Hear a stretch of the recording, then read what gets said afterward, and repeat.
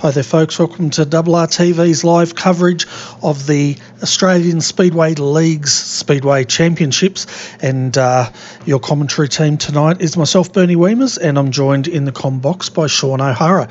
Welcome Sean, it's another night of street stock action. Good evening, Bernie. Thanks for having me here again in the booth for Australian Speedway League Championships. Always a fun night to call. Such an exciting format and some great racing being put on throughout this whole season as we bring it down to a close now with 2 rounds to go. Yeah, we're getting down to the business end of the series, that's for sure. And I tell you what, we've got about 24 drivers out there at the moment doing their warm-ups before we go into qualifying here tonight. Yeah, big turnout here tonight. Good to see the guys turning up even this late in the stage of the championship. So still means everybody's here to enjoy the racing and put on a good show for all the fans out there. Yeah, they certainly are. And let's have a look at the street stock point score coming into tonight. So Brett Wheeler continues to lead this series, and he's sitting on 1,404 points. Zach Masters in second on 1,338 points. We've got Nathan Clark in third at the moment. In fact, Nathan and John swapped, and they're equal points now, both on 1,332. Gavin Sadler still sits in fifth on 1,306. Troy Smith 6th on 1,194. Ryan Gorton 7th. 8th, George Fullerton 9th. Shane Davies, and rounding out our top 10 is Marcus Knitska, and his points did not change this week. No, still in the 10th position there for Marcus Knitska. Zach Masters and Brett Wheeler, definitely the battle to watch now with Nathan Clark moving in. So at this late stage of the race, Brett Wheeler obviously looking to just keep the points on the board. He's got a nice handy 66-point lead there. So he'll be thinking of that tonight, and he'll be obviously wanting the win, but I think he's probably going to start thinking about championship now. Yeah, he'll start looking at consolidating, won't he? Especially tonight, if he has a bad run and loses that lead. He's only really got one round next week to get it back. So I think that will definitely be very much on the back of his mind. We can see him out there at the moment in the 56. So, Sean, did you want to take the viewers through the format of what they can expect here tonight? Yeah, certainly. Yet again, another great format here for you. Starting off with our street stocks tonight, we'll then move into our midgets, followed by our sprint cars later in the evening. The format for the street stocks tonight will be what we are currently in, called hot laps. We usually call them hot laps. And this will be about another 5 minutes left to go of that before we move into time trials, where each driver will get 3 laps on the track on their own, and they need to set their quickest lap to provide who will see who will be on the pole here tonight. That will then lead us into 3 heat races. Each heat race will be 8 laps. We will take the top 5 from each of those heat races, transfer them directly into our A main tonight. The drivers that do not make that top 5 will be put into our B main, our consolidation feature, and we will then take 5 more cars from that and make a 20-car, 30-lap feature here tonight. Fantastic. And as I was saying, 24 cars out there at the moment, so 4 of those will not make the feature, and we're just wondering which 4 they will be. But I guess in the next hour or so we will definitely have that answer, folks. Let's have a look at the weather, and we'll see how hot it is out there today. Well, air temperature is 22.8 degrees Celsius. There's no wind, and it's partly cloudy. But let's have a look at the track temp, and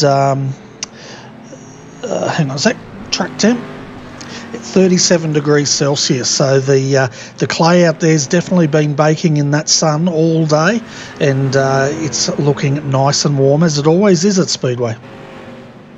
Yeah, during the day when the sun is up, I think we mentioned this most weeks, but that slick line, as we can see, coming into the middle of the corners always forms pretty quickly when that sun's up, and then as the sun starts to go down, we see the track go down, not as much as a pronounced slick line, but still just as good at racing. Yeah, definitely, and we can see Cam Taylor out there at the moment, 7th fastest in hot laps, as you call them. and I've got to get used to that. You'd think I would have by now. But if we have a look at the way the standings are at the moment, Josh Harm, he set the fastest hot lap at the moment, 19.751. Brett Wheeler just 1/10 a second behind. James Rice, 100th of a second behind him. And then Joel Berkeley, 0.003 seconds behind James Rice. So as we see every time that from 1 to 10, they're only split by probably about 0.2 of a second, if that. Yeah, the competition in this field is absolutely fierce, and the times show that. Just nothing in between each of these drivers. Not surprising to see Josh Harm up there. Last week we were at Lanier Speedway, and he did come away with the win in the street stocks for last week. So similar track, a little bit smaller. It is a little bit flowy, a little bit more flowing than Lanier, but not surprised to see Josh Harm up the top there, and obviously, hopefully, looking to see him do a back-to-back. Yeah, we can see Mitchell Wiley, 7th fastest in the hot laps at the moment, pushed down to 8th. He's trying that low line, as you can see there, folks, and trying to search out that track to see where it's going to work for him.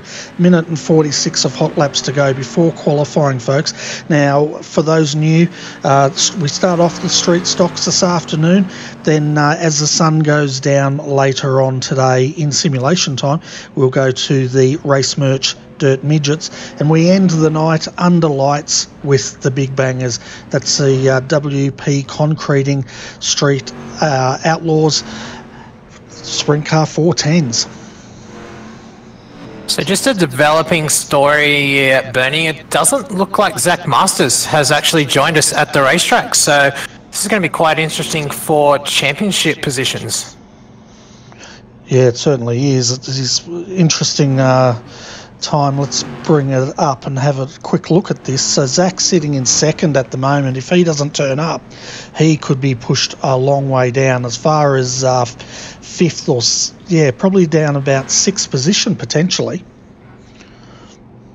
Yeah, big championship implications there if he can't make it. I haven't heard anything about him not making it, so not sure why he's not here at the moment. Hopefully he'll be able to make it for time trials and get out there for the heats. Yeah, we'll keep a very close eye on that and let you folks know as soon as he comes in the server, if he does. And but I tell you what, that's giving a free kick to his competitors, isn't it? Oh, definitely. Brett will know that, and he'll know that Zach's not in the server, and he'll know that he's got that 66-point lead, and he can just build on that tonight. That's right. If anything, it takes a bit of pressure off him. Also, it's going to give some incentive to the people behind him, and those people are Nathan Clark, John Schultz, both 3rd and 4th equal, and Gavin Sadler. They'll all know it, and they'll also be trying to capitalise on this absence tonight. Yeah, Mr. Consistency, Kevin Sadler. He'll definitely be up there looking for more points. Not the best run for him in hot laps at the moment, currently sitting 19th. But let's go time trialling and see who can put it on pole tonight. Yeah, so straight out of the gate, we can see John Schultz coming out in the number 78. He will start doing his quali very soon. We've also got Marcus Knitska on track at the moment, folks, in the 55. So we'll keep an eye on those. And, of course, quite a number of other cars out there as well. But let's see how these two go. Everyone will get one flying lap around the track just to warm up, and then lap times will start counting. So we're just waiting for those first laps to finish, and then we'll be able to update you on the times. Yeah, so John Schultz, now the silent assassin, he puts a time in 3rd fastest, but the one straight to the top is Joel Berkeley, and he's sitting in 1st position. Lewis Hewitt 2nd, Marcus Knitska 3rd fastest, 4th John Schultz, 5th is Brett Junior Morris. You really can put Joel Berkeley in anything, and he will be quick. Once again, showing his speed again, currently in your pole position at the moment with a 20.371. Yeah, and we've got Brayton Davison in 3rd. I don't think I've seen Brayton out here before. Maybe it's the old man memory, but he's posted a good time. Third quickest, Josh Harm, second fastest at the moment. We'll see if he can actually get past Joel here. Josh is driving the orange number 11, as you can see on the screen at the moment, folks.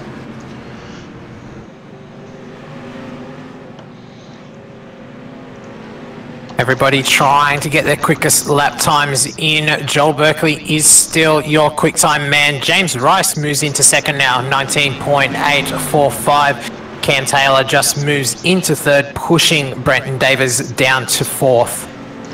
Yeah, so quite a lot of action going on out there at the moment, folks, and as you can see, the times are tumbling. We're having a look at James Rice in second at the moment to see if he can improve that time. He's coming around very high there, entering turns 3 and 4, but we'll get you a time very shortly. Brett Wheeler out on the track now, about to put down his quick time. Let's see where his first lap will put him in the standings. Yeah, this will also tell us what sort of a car he's got tonight, won't it? As he comes over the line for the first time here. So it looks like he's just starting that hot lap now, Sean.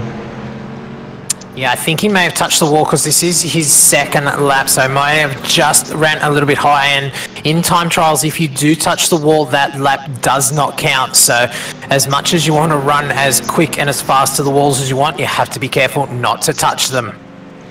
Yeah, so he goes third fastest at the moment. His time, folks, was, let's get it up here on the screen, a 19.854 was his last time. Definitely going to continue on. Let's see if he can go any better on his final lap. He doesn't, 20.049, so his 19.854 time looks to be his quick time at the moment. And Cam Taylor, fourth fastest at the moment. Brayton Davison now fifth. Josh Harm, and this shows how competitive it is. He's all the way down at sixth at the moment. Just having a look, we've got Harry Edwards in the number 66 out there at the moment. He's qualified 13th fastest. Another quick driver in the sprint cars as well. It's good to see the sprint car drivers coming down and having a run in the street stock series. So just getting their eye in on the dirt track at the moment before they run the 410s later tonight. Yeah, it's great to see them having a go in the street stocks. And, you know, we're not short of drivers running here tonight, that's for sure, as far as street stocks go. So very impressive field at the moment. 25 drivers have made the server and qualified, but still no sign of Zach Masters.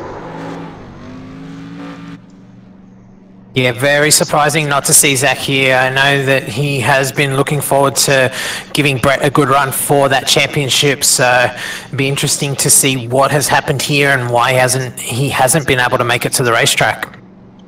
Yeah, definitely. So let's go through the full qualifying results here, folks, so you can see where your favourite driver has slotted in. So Joel Berkeley makes the fastest time with a 19.740. James Rice, second, third, Brett Wheeler, and there you go. It's all reset. So we're ready for Heat 1. Your top 10 carrying on from 6 was Josh Harm, Nathan Clark, Lewis Hewitt in 8th. Lewis Clark in 8th, Lewis Hewitt in 9th. Got confused with the Lewises there. And your top 10 was Shane Davies. Yeah, and we'll go through the grid very shortly. We're just waiting for George Fullerton in the 500 to join in. And let's take you through this grid, folks. So, oh boy, here we go. Let's do this. So Cam, Joel, you're going to do it? You do it. Yeah, I'll do it. Off your pole position for tonight, Joel Berkeley. In second position will be Cam Taylor. Nathan Clark in third position. Shane Davies will be starting out of fourth. Fifth position will be Harry Edwards. Sixth position, Kyle Stevens. Seventh will be Brett Morris. George Fullerton starting out of eighth. And Rick Burt will be off the back in ninth position. Fantastic, and I've restarted the overlays because for whatever reason, as soon as we load up the results, it starts playing up on us. technology nowadays. So I'm going to let you call the start of this race, and we've got one more lap to go before we go green. So who's your pick for this one? I can't go past Joel Berkeley off the front row, so I will pick Joel for this one. We just had confirmation Zach will not be running tonight. So that was thanks to Tristan, let us know that. That's a big shame for him. That's going to be a big blow in points, picking nothing up here. Yeah, well, that's right. And yeah, I'm going to go for Berkeley as well tonight, I think. As far as this heat goes, I'm not going to back him for the whole night, that's for sure at the moment. Here we go. Don't call him for the whole night, but he has got the start in heat number 1 and will lead us into turn number 1. Position number 2 there, the 14 car of Cam Taylor right up behind Joel, giving him a good run down into turn number 3. Car 25 of Nathan Clark in 3rd position. The 99 of Harry Edwards sitting in 4th. Battling it back there as we see now Nathan Clark underneath Cam Taylor. Great move there into turn number 1.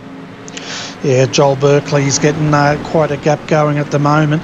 Now we can see the number 14, that's Cam Taylor. He's having a crack at Nathan Clark on the low line there. It looks like he's moved up that position. Mitchell Wiley as well. Was it Mitchell? No, it wasn't. 17 is Brett Junior Morris. He's having a tough battle at the moment with Harry Edwards, who's using that low line to great effect as well. Top 5 do go through, so these two don't want to clash, and they do hit on the front straight. This is for the final transfer position, so they want to race hard, but definitely don't want to take each other out, because the 15 of Shane Davies is back there lurking and ready to take that transfer spot. Yeah, he's closing in, isn't he? You can just see it, and these two are touching. Each time they bang, you can see the 15 closing up, and I tell you what, we are down to 3 laps remaining here. So we see the 15 now going, trying to make it 3 wide. Where's he going to make this move? Because these two are tangling, and he's just closing up like there's no tomorrow. As they get sideways out, this is perfect for Shane, but Shane Davies gets into the wall also, so they couldn't capitalise on that. Harry Edwards and Brett Junior Morris battling very hard for this transfer spot. 0.22 and 500 of George Fullerton now closing in on this battle. Also, 5-car battle for the transfer. We have 2 laps to go. Yeah, and meanwhile out front, folks, we've got Joel Berkeley leading Cam Taylor. He's pretty safe past Nathan Clark, who's trying to close in on Taylor at the moment. So our focus is really on the transfer here. We've got the 66 involved, Shane Davies in the 15 on the high line. He's the last in the transfer, but he's swapping with Brent Junior Morris, and you can see that low line, Sean. It's just working really, really well. Yeah, the low line is working. The problem is that very black line just above it. You do not want to get into that. Congratulations on your heat winner, Joel Berkeley. 2nd position was Cam Taylor, and 3rd, Nathan Clark. Harry Edwards will hold on to 4th. Brett Morris is 5th, and just missing out Shane Davies. Yeah, that's a shame for Shane there, because he was so strong, but when they got together, unfortunately, they slid the wrong way, and he had to, he found the wall. I think he was a bit surprised by that as well. Yeah, a little bit unfortunate. He probably could have capitalised on that, just making a mistake at the wrong time, getting into the wall and losing his momentum. So running through your full heat results, Joel Berkeley in 1st, Cam Taylor in 2nd, Nathan Clark in 3rd, 4th position, Harry Edwards, 5th position, Brett Morris, Shane Davies in 6th, 7th was Kyle Stevens, Rick Burt in 8th, and George Fullerton in 9th. So looking at Heat 2, folks, here is your grid. So starting from pole will be James Rice, 2nd, Braden Davison in the 67. Then we've got Lewis Clark in 3rd, Matt Mccutchen in the number 1 will start out of 4th position. And you might want to carry it on, because my telemetry is now starting to do the swirly thing. As it does. 6th position, Mitchell Wild. 7th position, Gavin Sadler. 8th position, Jamie Owens. So look for Gavin Sadler, Bernie, to move up here. He would be looking to get into that transfer and not have to battle it out through the B main, especially with Zach Masters not being here and some positions to be made up. Yeah, he generally does that through the night, doesn't he? Qualifies reasonably poorly, but then as the night goes on, the racing comes to him generally. It does. The track comes to him, the racing comes to him, and we always see him consistent top 5s, top 10s. So expect him maybe not to be there at the start of the night, but I'm pretty sure he'll be there at the end of it. Yeah, I'm keen to see what Braden Davison brings to the race in this heat. He's starting on the outside of James Rice, and we'll just see how he goes here. Yeah, first time we have seen him on the track this year as the pace car pulls in. James Rice will lead them away. Green flag on the track. Great start by James Rice in that number 5 car on the inside. As we see Bretton Davies try to go around the outside, he cuts down to the inside, bumps into the 19, but they keep going. A little further back, the 12 and the 55 of Marcus Knitska make contact. Oh, as the 67 of Brenton Davison gets into the back of Lewis Clark. Lewis Clark looking up the inside of James Rice now for your race lead. Can't quite do it as he runs through that slick spot. Yeah, we can see Matt Mccutchen there in the number 1. He's in a bit of a sandwich here. We've got on the inside of him was Gavin Sadler, and then we had on the outside Mitchell Wiley, and they almost went 3 wide there. James Rice still with your lead at the moment. Lewis Clark and Brenton Davison having a good look 3 wide as they go into turn 3 and 4. Lots of pressure now on James Rice, but also pressure on Lewis Clark from Brenton Davison.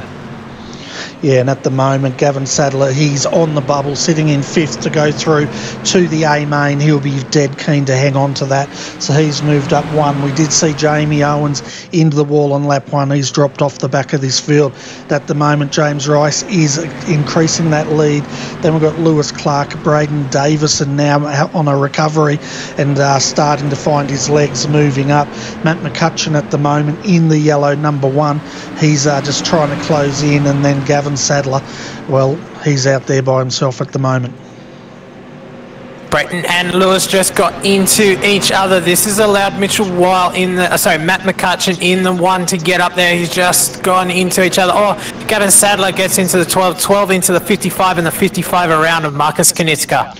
Yeah, Marcus won't be happy with that one bit, but he's going to have to go through to the B main by the looks of it here now. But James Rice will be happy.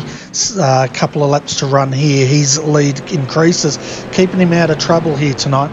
The 19 still in 2nd and the 67 3rd. Matt Mccutchen, well, he's got some fresh air, trying to make that low line work now on the 67, and look at how much ground he just made up. Fantastic driving through the slick there. They do look like they're getting a little bit of drive just above that black line, so not a lot of them going down to that real low line now. They're just putting that right rear up above that slick line, trying to get as much drive as possible.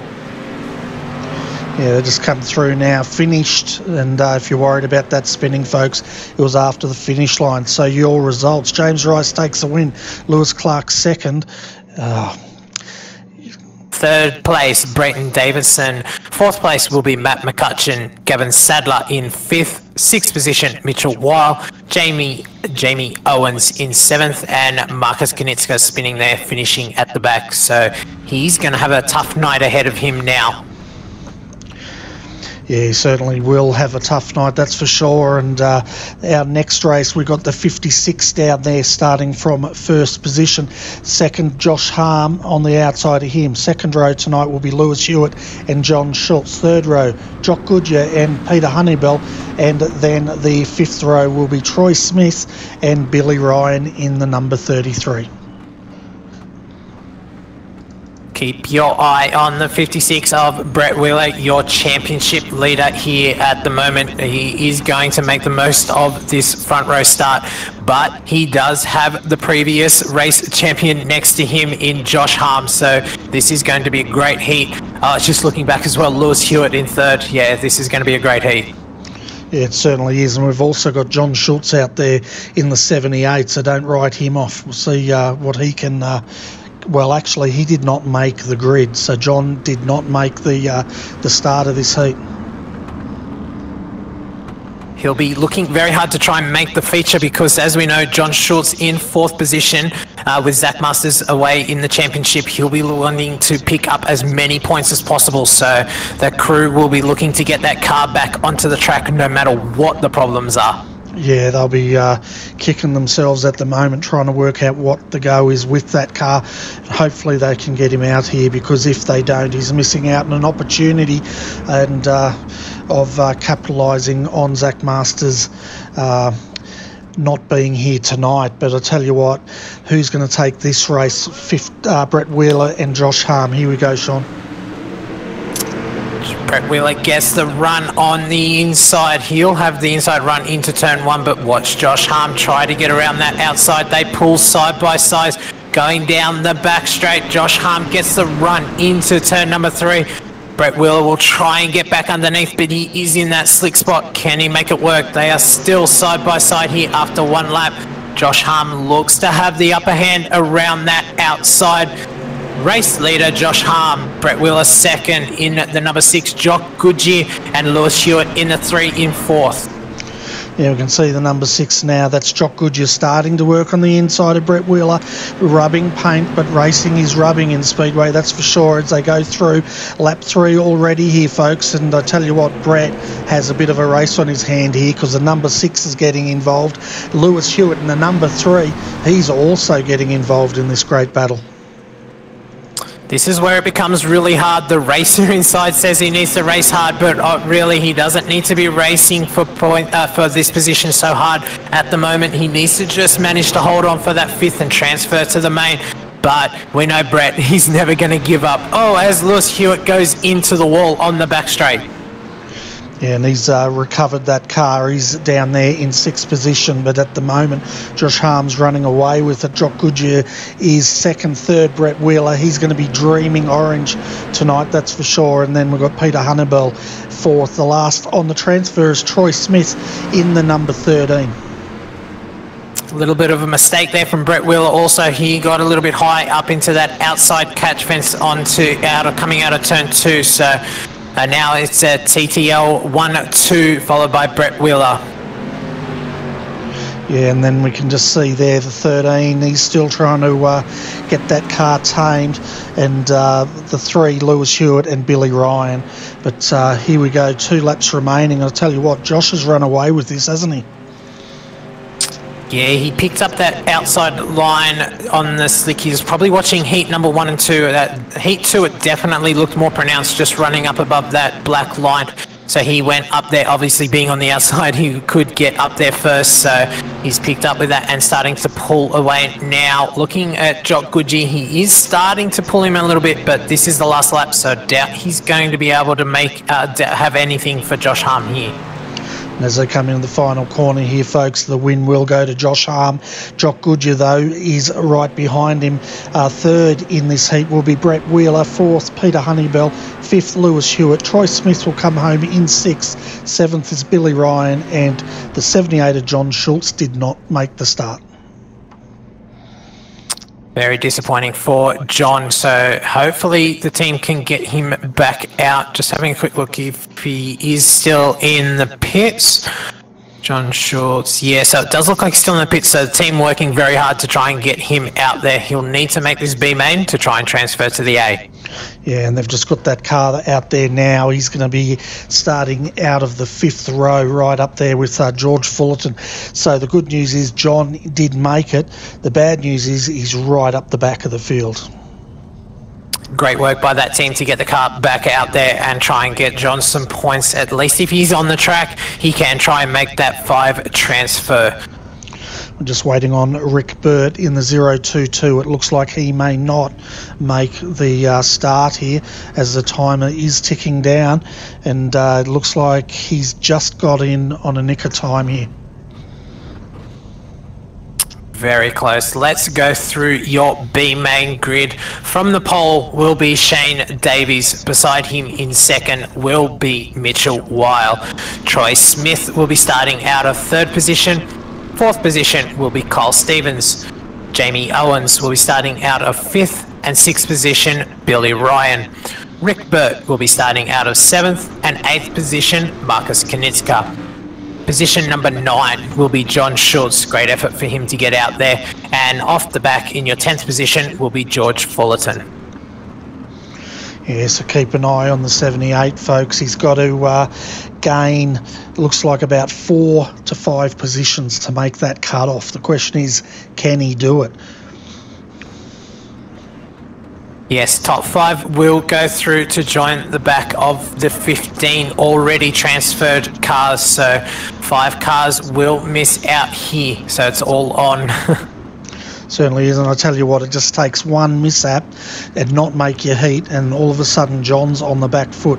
Not only for this one, but even if he gets into the A main, he's still going to be at the tail end of that field, and he's going to have to do it all again. Yeah, most definitely, and the most notable name in the back of this one as well is Marcus Knitska, so look for the 78 and the 55 to team up and try and come through this field. Yeah, and of course Marcus got turned in his heat, so he'll be looking at retribution, but over to you, Sean. Green flag on the track. Shane Davies gets a little bit of a start. The 13 has to bump him a little bit, but he manages to put it up the inside, runs into the side of 12, Mitchell Weil. Kyle Stevens a little bit unlucky there. We have a spinner in the back. That's the 22 of Rick Burt. And the 55 Marcus Knitska's also gone around, so it's just not his night tonight. I don't think he's going to recover from that. But Shane Davies in the 15, right up next to the 12 there.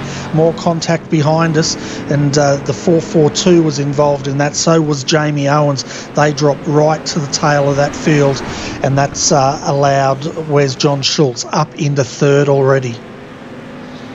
Great drive by John from 8th position. As we can see, that slick spot just catching a lot of drivers out at the moment. If you do run through it, that car is going to get very loose. It certainly is, and Jamie Owens there in the 42s in 7th. The person on the bubble, though, is Kyle Stevens in 5th position at the moment. But I tell you what, George Fullerton, he just did a beautiful slide job there and jumped that 500 straight into 5th position. 13 now in trouble in that low line. He goes around as he gets into the side of Fullerton. So Fullerton's up to 4th, so it's a survival of the fittest here. At the moment, 15, Shane Davies is leading quite convincingly over the number 12 of Wiley. Then 3rd, the silent assassin, the number 78. Great drive from him. George Fullerton, who started on the back row as well, he's into 4th. And Jamie Owens, he's in the bubble of 5th in the 42. But Rick Burt, keep an eye on him. Track's definitely starting to catch some drivers out. We can see drivers getting very loose as they run through that very pronounced slick spot in the middle of the track. So the A-main cars will be sitting in the pits. They'll be watching this and they'll know where they can't run. And it's that black line through the middle of the corner where you don't want to be. And that's exactly where the 42 was just then. You could just see there the 022. That's Rick Burt. He's jumping up to try and snatch that 5th. We're just over halfway here, but it looks like Rick just lost a bit of momentum there. Cut it in a bit too tight. Yeah, momentum is everything in the street stocks. They don't have a lot of power, but you do need to keep them very much up in the high revs and keep them running as free as possible. So as soon as they go too sideways, you are going to lose that momentum and go backwards in a big hurry. Yeah, that's exactly what we saw there with Rick Burt. He looked good. He looked like he was going to challenge for that, but he's got a heck of a lot of work to do to get that gap back once more. But it looks like the 42 might have got out of jail. But have a look at this, though. Mitchell Wiley all over the back now of Shane Davies. Mitchell's putting the hammer down and he wants the win. one position that you don't have to pass in the A main, so if you can do it, you definitely want to do it in this B main, but you want to be careful not to end your night. 15 up into the wall there, bounces off, keeps it going forward, but I tell you what, I think he's starting to feel that pressure. Yeah, you can see the car starting to move around. He's starting to think about where he needs to put it, trying to run through that middle there. Needs to be very careful. We see Mitchell Wild get the run out of turn number 2. He's going to look high, see if he can get the run around the outside. Shane Davies, Phil mirrors with Mitchell Wiley. Yeah, and on his dashboard it says send, and then he's got a big triangle over what he's saying after that. But I have a feeling it's got the word it in it somewhere. This is the final lap, final corner. Does Mitchell Wiley have anything for Shane Davies? Looks like Shane is going to be able to hold on, and a great main win there for Shane Davies from a lot of pressure from Mitchell Wiley. Yeah, great drive also to the 78, John Schultz and George Fullerton in the 500. 3rd and 4th, 5th, Jamie Owen, 6th, Rick Burt. Marcus Knitska, not his night tonight, 7th, 8th, Troy Smith, Billy Ryan, 9th, Kyle Stevens went down 1 lap. So that's your B main, folks. We are getting the cars gridded up now for our A main, and basically it's going to be cautions will come out in this one. And how many laps is it? 20, isn't it?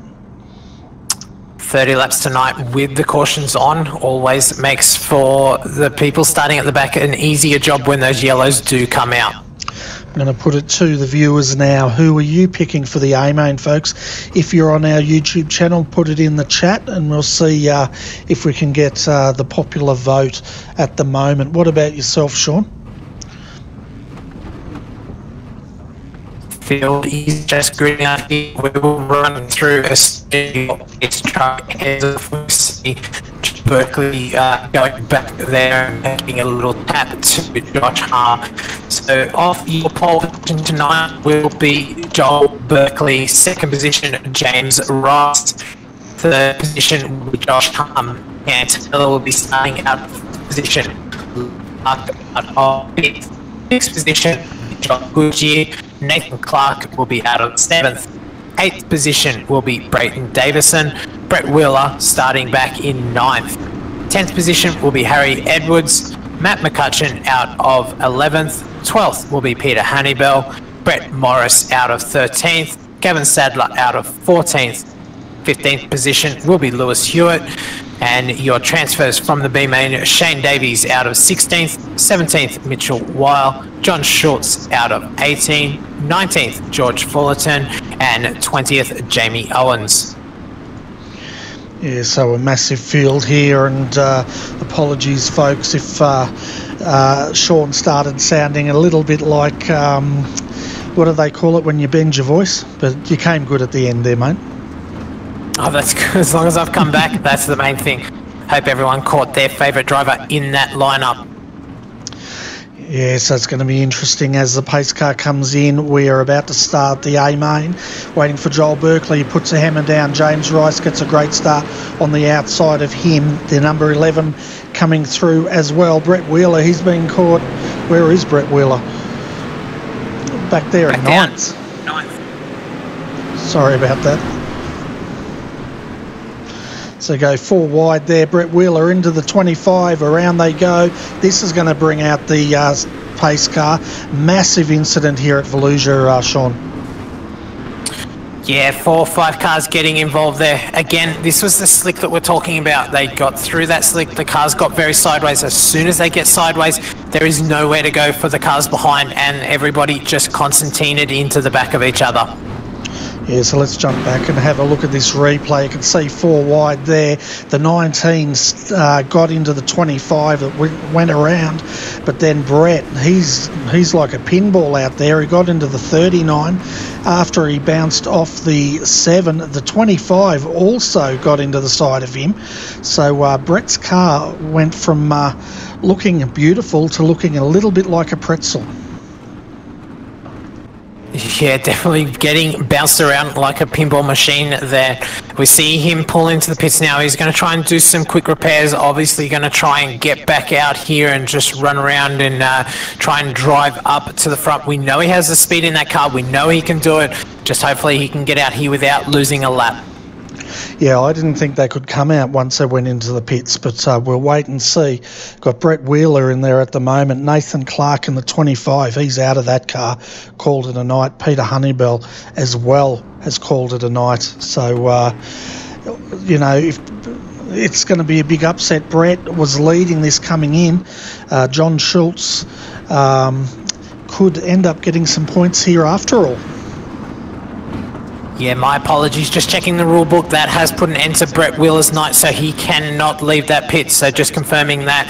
So yeah, John Schultz, the big factor here. Can he make up enough points to even possibly get into the lead or very close to it with only one round to go? Yeah, and so the big news is the top two, Zach Masters and Brett Wheeler, out. So they will be getting absolutely no points here tonight. Here we go on the restart once again. We've got Rice in the 5. Joel Berkeley out there. He's sitting there in the number 9 as they almost go 3 wide. Who's at the 11? That's Josh Harm coming around the outside. What a move. Jock Goodgie gets a little bit of shoulder down the bottom from the 14 of Cam Taylor, but they all manage to get through and run 3 wide. Great racing here by the street stocks at Volusia. Jock Goodgie on the inside of Joel Berkeley there, giving him a good run. Great run by James Rice out in front. For the fans of John Schultz out there, he's currently in 14th position and trying to move up. Gavin Sadler down there in 15th, but I tell you what, all they can see ahead of them is dust, because up the front at the moment creating that dust is James Rice. He's under a lot of pressure now from Josh Harm. Joel Berkeley as well is getting into the fray here. That's your top 3. Moving back, Cam Taylor in 4th. 5th is Lewis Clark, and then we have the 9th. That is Lewis Clark, sorry. It is definitely one of the dustiest tracks we've had here in this season, so definitely proving to be a challenge for the drivers out there as we see the leaders go 3 wide for the lead. Jock Goodgie on the inside, in the middle Josh Harm on the outside, James Rice. Great racing for the first position.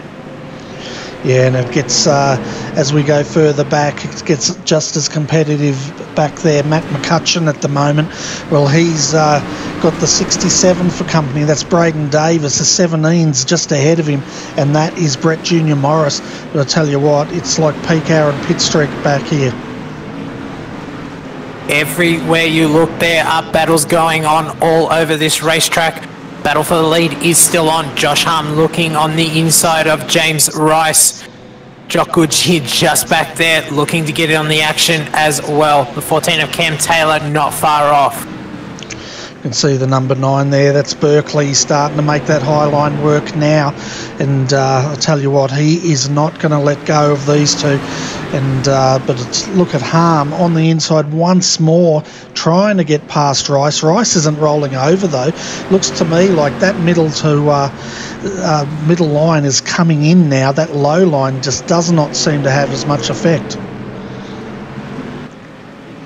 Yeah, it looks like there's still a lot of drive on the outside. We see Josh Harm. Oh, as we go yellow, let's see if we can find out who that was. Have a feeling it could have been Jock Goodgie or Brett Junior Morris here. Let's go back and have a look. Yeah, just having a look at both of those cars. Oh, Brett goes and gives Jock a little bit of a punt there, so something must have happened as we go back and have a look for you now. Yeah, just having a look there. Gavin Sadler, he turned the number 6. That's what brought out your safety car. But not only that, it looks like trying to get a number there. I think that was the 17 of Brett Junior Morris also got turned. So Gavin got a bit aggressive. Yeah, we don't see him get aggressive very often, but when you are back in the pack this far, it's obviously something you need to try and do, and just didn't quite pay off for him there. With the Brett Junior Morris, it looked like John Schultz got into him, so a little bit of orange confusion there, why he may have hit the back of Jock Goodgie. Yeah, but James Rice, he's going to get a bit of a breather here because we're just about at the halfway point. He's probably enjoying this slowdown because it just gives him time to relax a little bit, get his mindset going once again, and before that sea of orange starts to try to overtake him once more. Yeah, the problem with this restart now, though, this may not be what he wants to see, but on the outside is Josh Harm. He's going to now have to try and get this restart, get a really good restart, and try and get back up to that high line because he was running the high line before. Not sure he's going to be able to run that low line. Yeah, so your top 5 folks are James Rice, Josh Harm starting on the outside. Second row, Joel Berkeley, Cam Taylor. Your third row, Harry Edwards and Lewis Clark. As the pace car comes in now, it's in the hands of James Rice. He goes, and have a look at Harm just hanging in there. Doesn't want to overtake before the start-finish line, but here we go, folks. 5 goes high. That is Rice. That's going to cost him big time. All of a sudden, he's found himself fighting to hang on to third. Looks like he's going to slide back to fourth. Yeah, we saw him slide up through that slick. That actually slowed him down more than staying down low, and we see Joel Berkeley and Josh Hunt just take advantage of that. Now he's got some good run around the outside, but nowhere to go as we go yellow once again. Yeah, that started with the number 3 being turned there. We'll go back and have a look at this, folks, and you can just see exactly what happened. Of course, there's so many cars here. Once one gets turned, it gets a bit crazy. Yellows breed yellows. It's always the saying, and once again we've seen it here again. As soon as these cars get together, they do create cautions.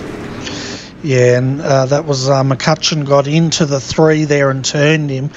John Schultz also involved in that wreck as well. Gavin Sadler, he was also involved in it, and his car's starting to look a little bit like a Corvette with the amount of slope he's got in on that bonnet. He's definitely can't be told for not trying. He's definitely trying to make his way up through this field.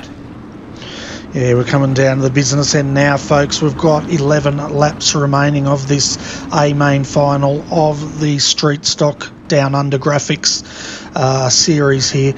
So, tell you what, Berkeley's looking good, but Josh has got so much pace.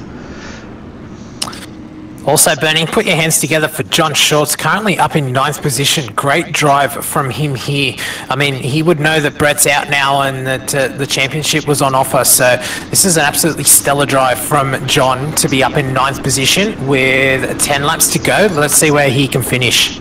I tell you what, he picked the long road, didn't he? He's been battling hard since he missed the start of that heat.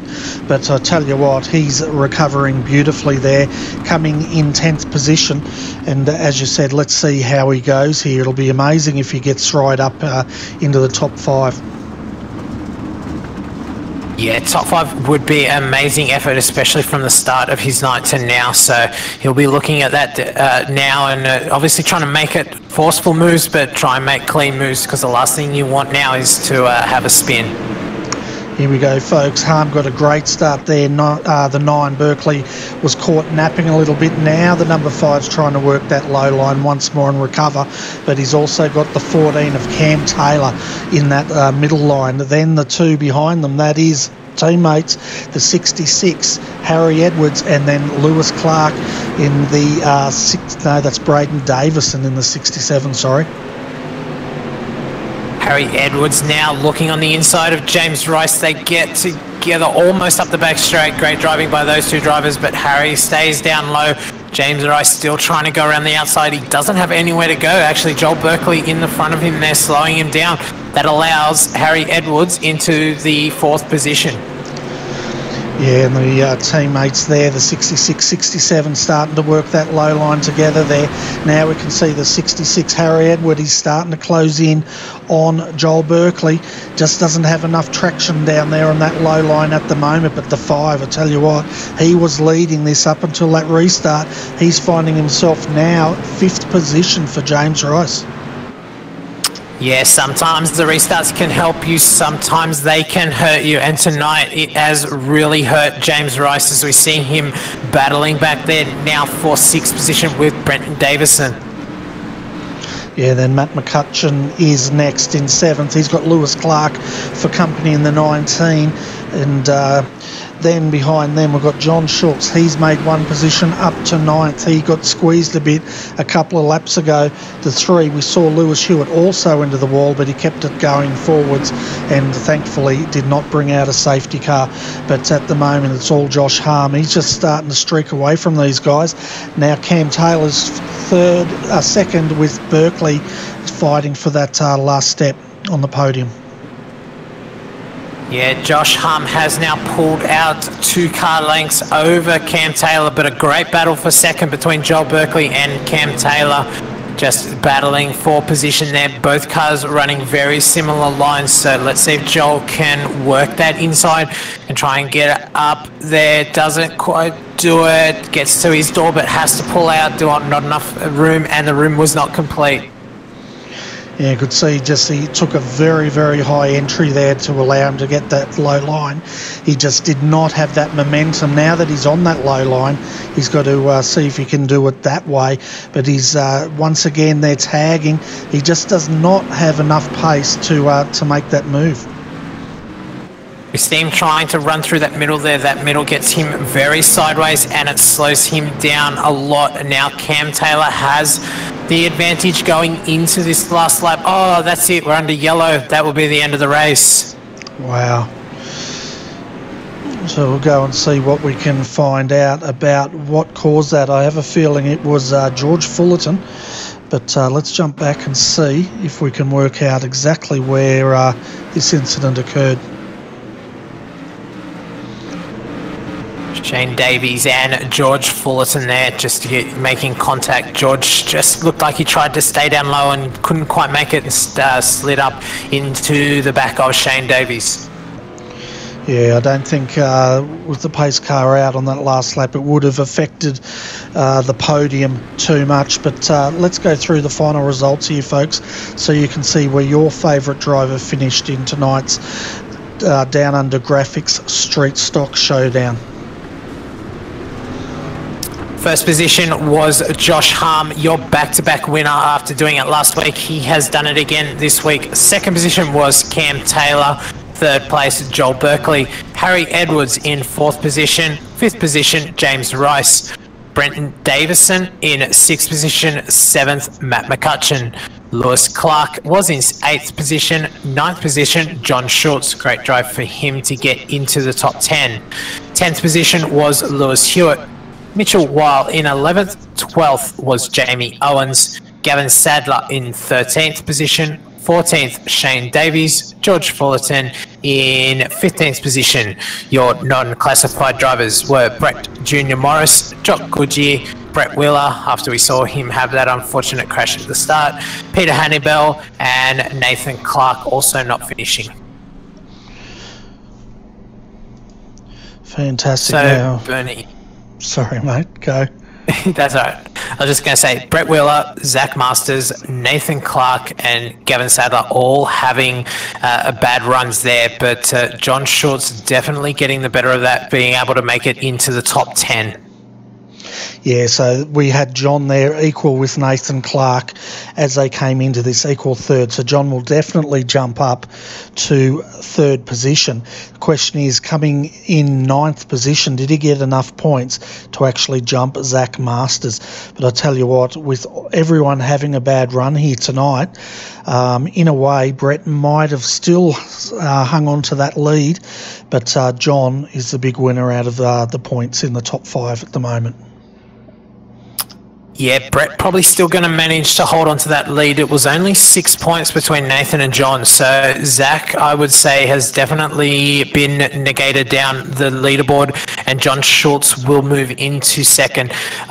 If John had got a podium here tonight, I believe Brett Wheeler would have been knocked down also. So great result by John Schultz to make it into the top 10. Yeah, it was an awesome drive there. Gavin Sadler came home 13th, so he had a rough night. I think they all had a rough night, quite honestly. John probably had the least rough of the night. But we've got Cam Taylor down in the green room, so I might bring him up, Sean. You can have a chat with him.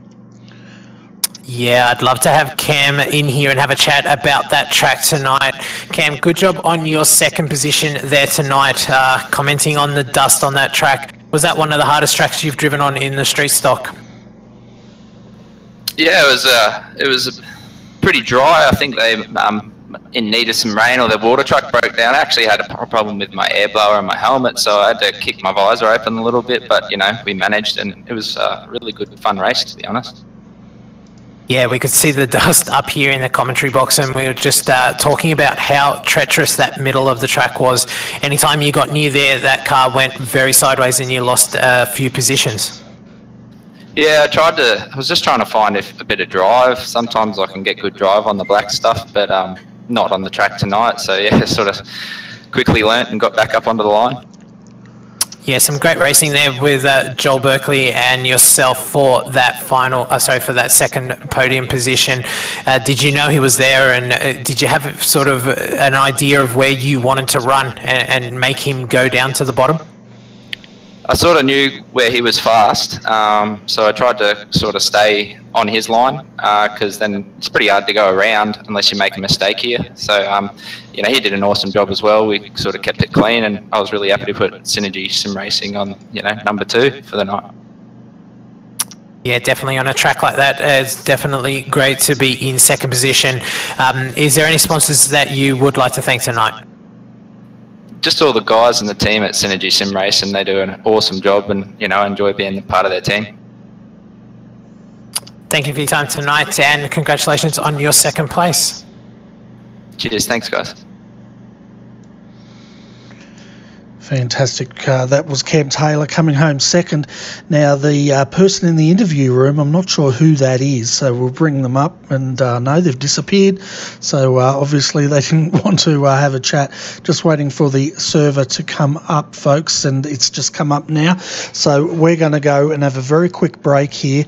And when we come back, we'll have the race merch Dirt Midgets getting ready for their race tonight.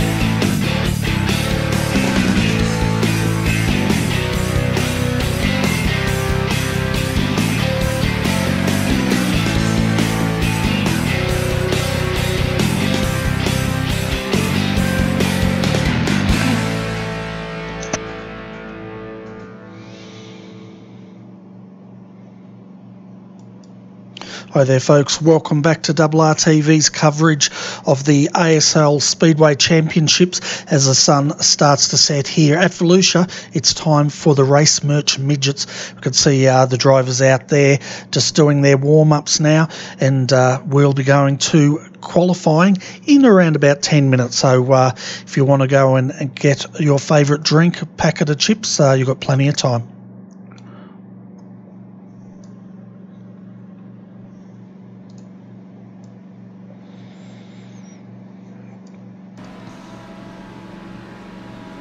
So just having a look here, folks, and we'll see exactly how many cars we have. We've got 12, probably around about 22 cars out there at the moment.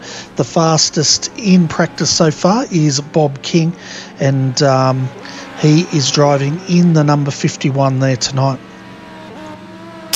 Yeah, no surprise seeing Bob King at the top of the timesheets. We see it often, time and time again. So he likes to get out there and practice nice and early and put those lap times on the board early in the hot lap session. Yeah, he certainly does, and we'll see what he can do once again tonight.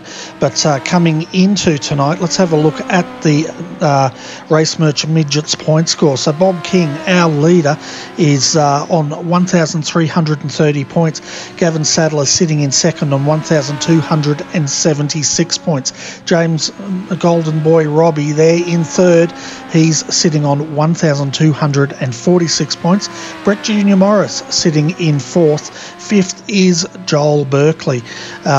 Moving back to sixth position is Ryan E.B. Harris on 1,066 points. Daniel Vassell in seventh position. Eighth, Harry Edwards. Terry Marwood, he's sitting in ninth, and Scott Butler finds himself in 10th at the moment.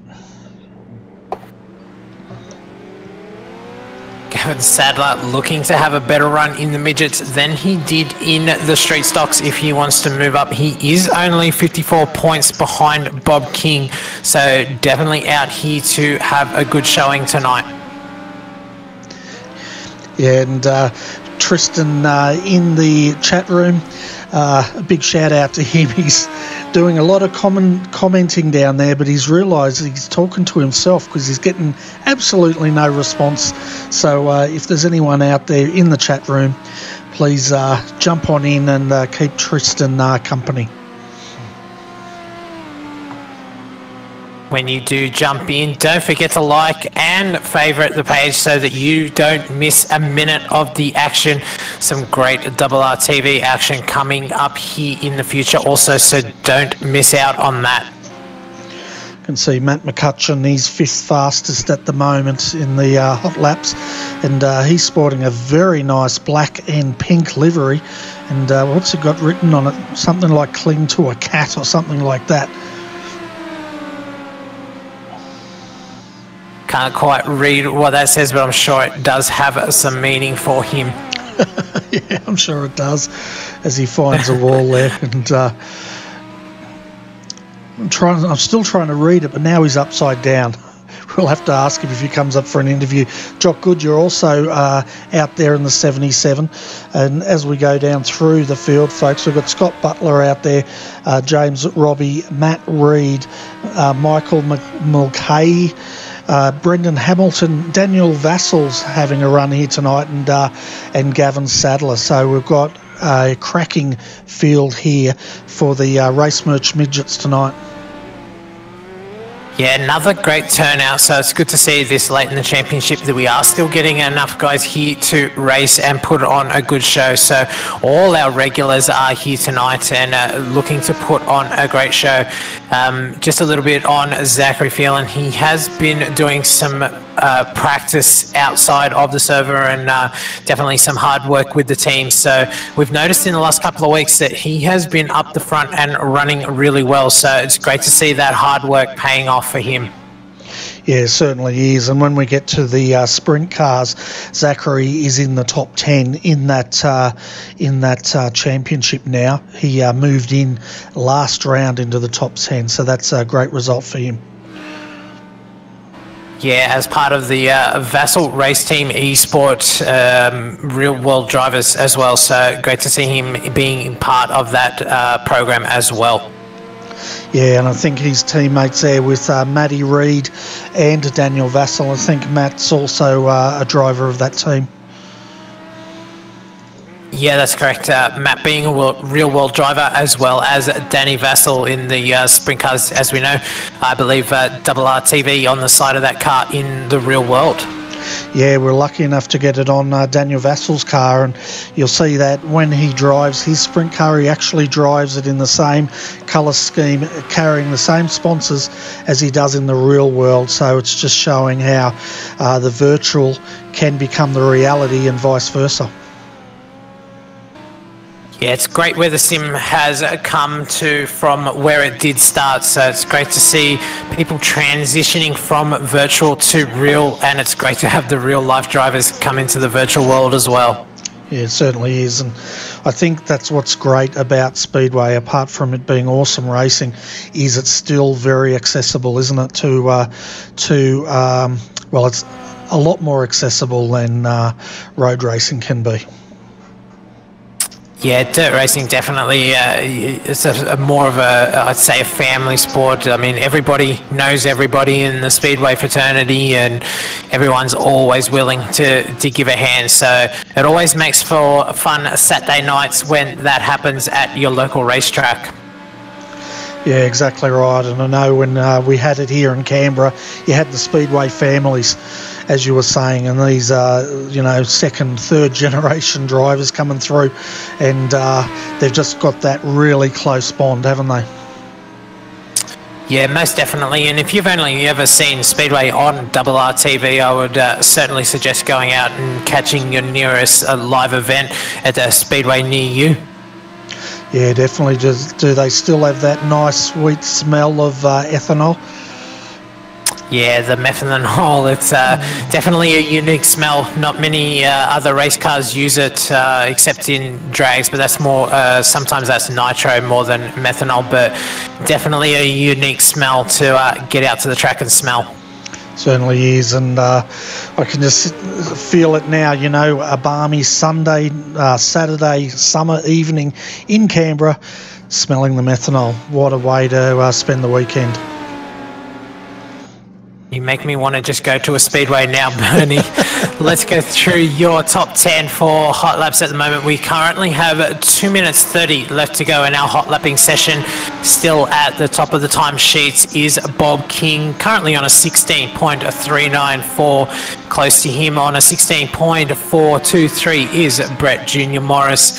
Zachary Phelan, as we said, all that hard work paying off. He's currently third in hot laps with a 16.426. The fourth position, Matt Mccutchen, 16.526. And rounding out your top five, Harry Edwards with a 16.530. So again, Bernie, the time's extremely close, and it just shows what level of competition we have here again tonight.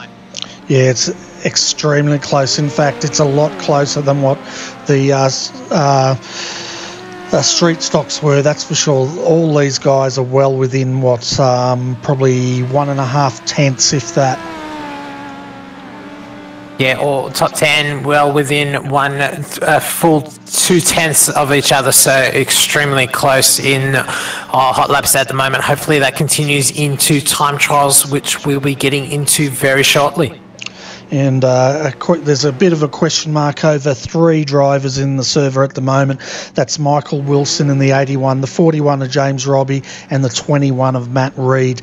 None of those guys have gone on the track or even turned a lap here, so they may not even make the race tonight. Yeah, that'd be disappointing from James Robbie. I know he puts a lot of pressure on himself to perform, not only for himself, but for the team as well, GSR Racing. So if he's unable to make it out here for time trials, it's going to make his night extremely hard, and he's just going to put a lot of pressure on himself to perform. Yeah, he definitely will be, and I don't think we're going to see him out tonight, unfortunately, but hopefully I'll be proved wrong.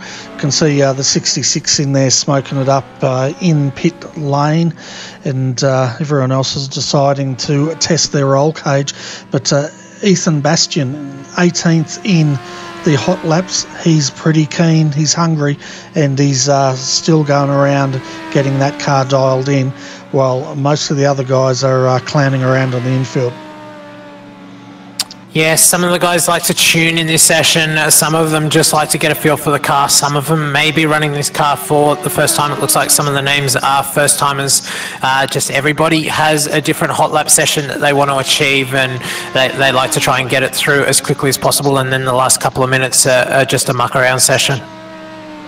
And that's what we were just seeing there. Now we're coming down to the serious business of the night. Well, the start of the serious business, qualifying here, folks. You can see Matt Mccutchen, he's the first one out onto the circuit, and he's in the number 42. We'll see what he can do. I love his name in this. He calls himself the Mini Mac. The Mini Mac, that's a great nickname. Let's see if he can live up to that and put on a big show here in time trials. Yeah, he's got Mini Mac on it, Hail Mary on the side, Sent It on the other side. Classic. So he's just starting now his first lap here, folks. 4 minutes 20 to run, and they'll get a couple of flying laps here. We'll see what Mini Mac can do. He's the first one to cross that line, and then we'll update you on the other times. Bob King, quick time. Harry Edwards second. Brendan Hamilton up to second. Matt Mccutchen, there you go. You're talking of him, 17.254. Only good enough for fourth at this point in time. Yeah, we'll see what he can do on the second one. We can see Brendan Hamilton on screen at the moment. He's only good for 8th position, and now Matt Mccutchen finds himself in 10th. That's how fast these times are dropping here tonight. Like we say, the Christmas tree is lighting up. We try and call them as quick as we can, but they just change as quick as we call them. However, Jock Goodyear looking the goods at the moment, 16.690. That's a good time. The first one into the 16.6 mark, so let's see if that can hold. Yeah, exactly right. As he comes across finishing his run, Bob King, where's Bob? He's also finished, so Jock's looking good to hang on to that pole position. Ryan Harris also finished. I'm just having a look at who's running. Got Daniel Vassell. He's just coming out on the track now, as well as Matt Reed. Great to see Matt has made it into the server tonight. We still don't have James Robbie. Oh yeah, he has run as well. He's qualified 8th. Yeah, great run to get to 8th there without any track time, so that's very impressive. It looks like he has a very stable car under him, so let's see where that puts him at the end of qualifying. Here we go, Daniel Vassell in the number 697, coming through for his first flying lap. Where's this going to place him? Waiting for the time to come up at the moment. 16th by the look of that, to the 17.10. I'm not sure that lap counted before. He may have touched the wall there, Bernie. Yeah, may have. We're just having a look now. That's a bit better. Up to 9th position. He's improved a bit. He's in the top 10, but I don't know if he's going to improve much more than that.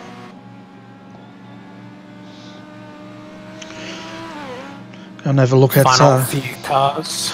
Yeah, sorry, Matt Reed's now out there in the 21 having a run. He only qualified as good as 11th position, so that's where he will be starting tonight. We've got Ryan Harris out there. He's just getting this car dialed in at the moment. 3rd fastest, and his team will be very happy with that. Yeah, most definitely. We have 3 heats here tonight, so that will find him on the pole position of heat number 3. Just quickly while we run down the format for tonight. 3 heats. We've just been through time trials. We'll move into 3 heats. We will then have a B main followed by the A main. We will keep you up to date on the transferees through the heats.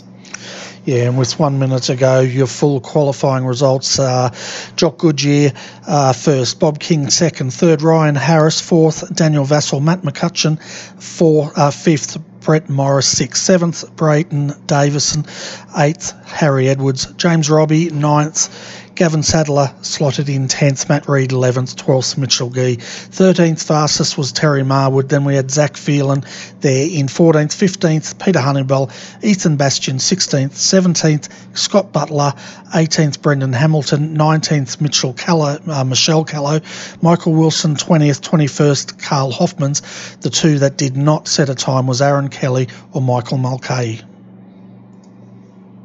Very hard night for those two. If they do want to come out into the heat, they will be starting off the back of the heat and then need to get to 5th to be able to transfer directly into the A main. If not, we will see them in the B main. Yeah, so 21 cars have definitely qualified. Possibly 23 will make it. So I'll ask the chat channel once more, who are they picking for tonight? I think it's just Tristan in there by the looks of it. So let's ask Tristan who he thinks is going to be tonight's winner. I mean, you can't put past Bob King. We have to obviously look at his race wins, 5 race wins in this entire series. So it's always hard to back him. But being that, oh, that's who we've missed. Joel Berkeley not here in the midget tonight. Yeah, I didn't even notice he was not in here, so maybe he's only focusing on the sprint cars. He was definitely in the street stocks. So just waiting for Daniel Vassell now to join the grid. Then we will take you through. Well, Joel Berkeley is now out there. Yeah, Joel Berkeley just jumped into the grid. Yeah. He just jumped into the actual server. He has no practice time, no qualifying time, but he will be starting out of 8th position in heat number 1. That's if he can get his pit crew can get it out of the transporter in time. That's going to be the iffy thing.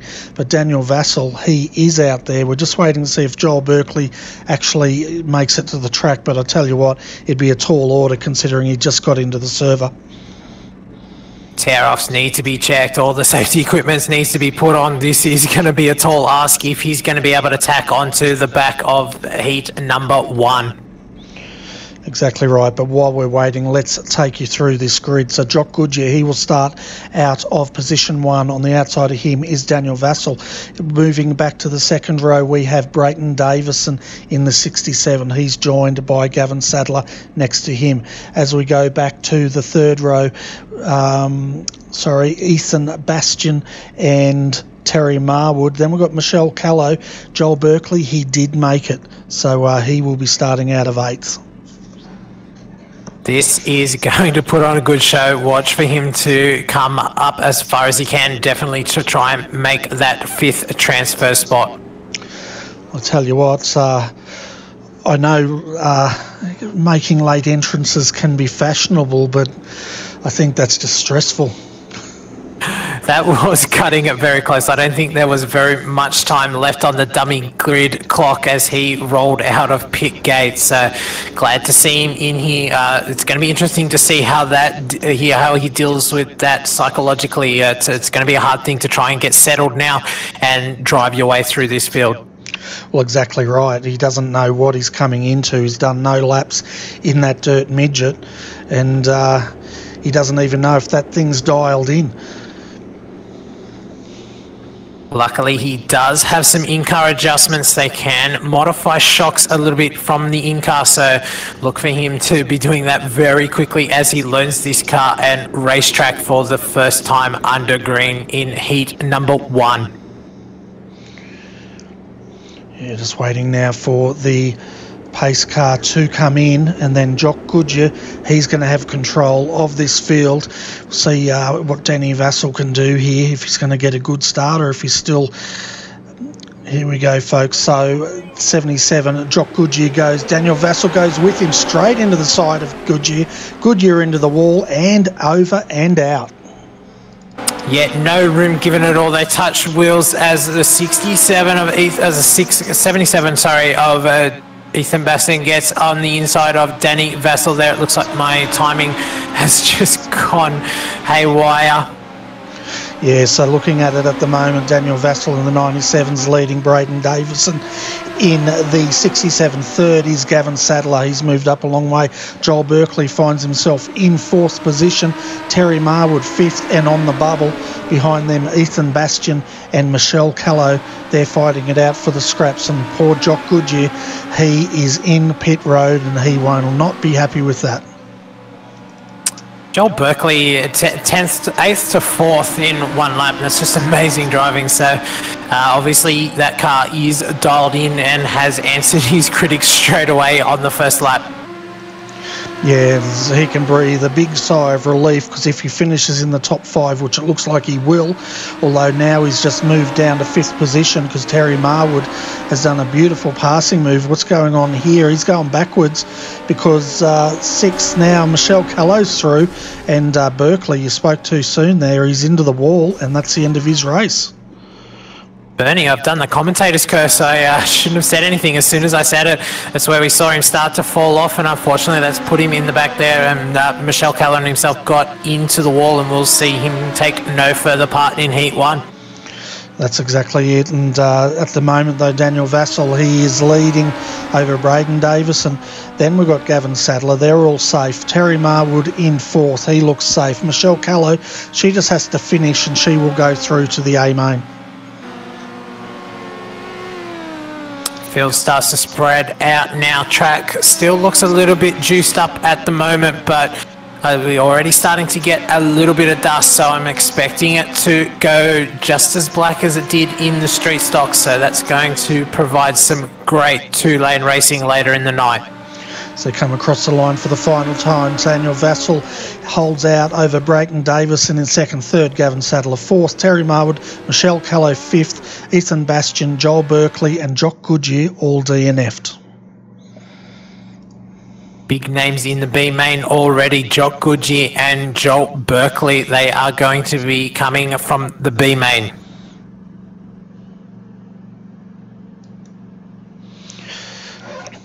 Just waiting for your grid to form up here for heat race number 2 of the Race Merch Midgets as part of the Australian Speedway Series Championship.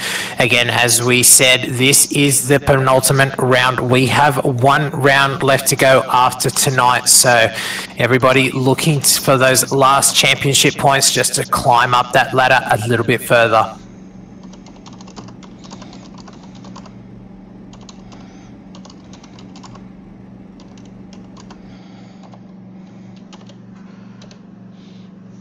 Looks like we are just waiting on Matt Reed to join. Once we do that, we will get through your heat race number 2 grid and find out where your driver is starting.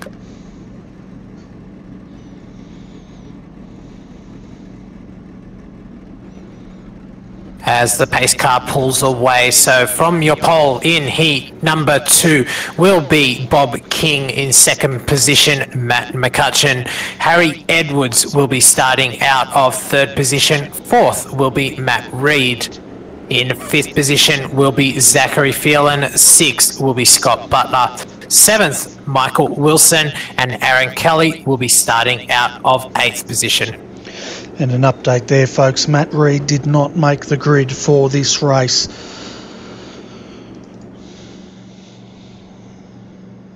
We were waiting for him, so we'll try and get confirmation what happened to Matt Reed there, but a bit unfortunate, especially considering he was starting off of an inside transfer spot, so he's starting out of 4th. He just needed to drive forward, so that's going to make his night extremely hard.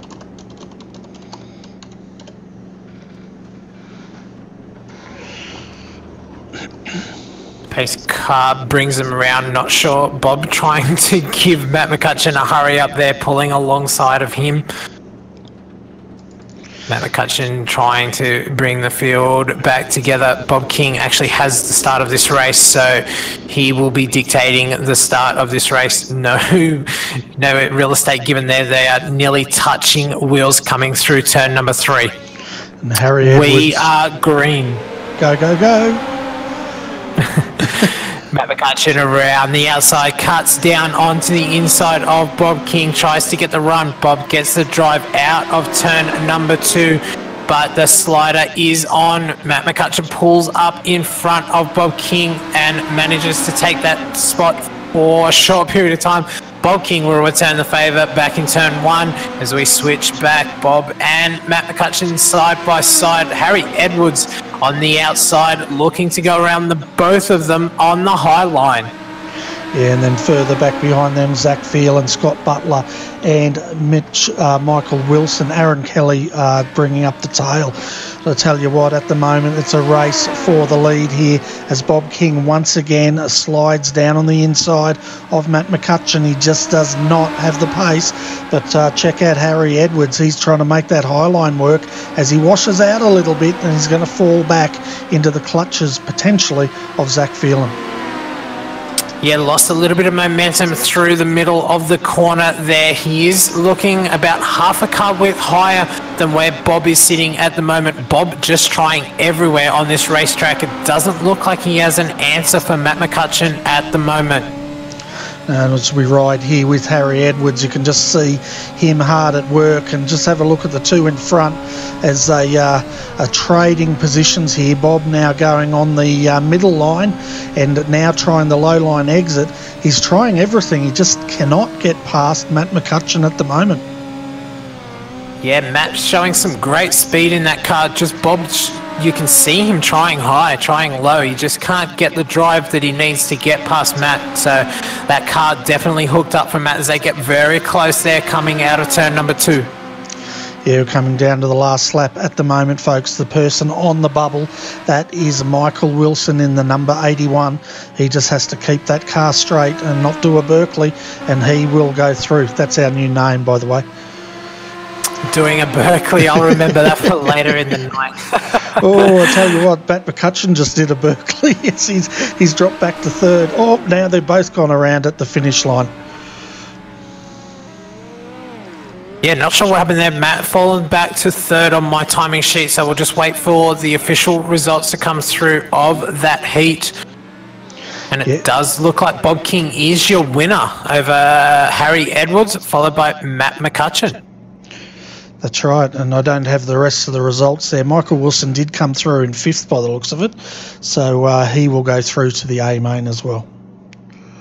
Yes, Scott Butler was 4th, 5th Michael Wilson. The drivers missing out was Aaron Kelly, Zachary Phelan, unfortunately another bad heat there for him, and Matt Reed not making that start.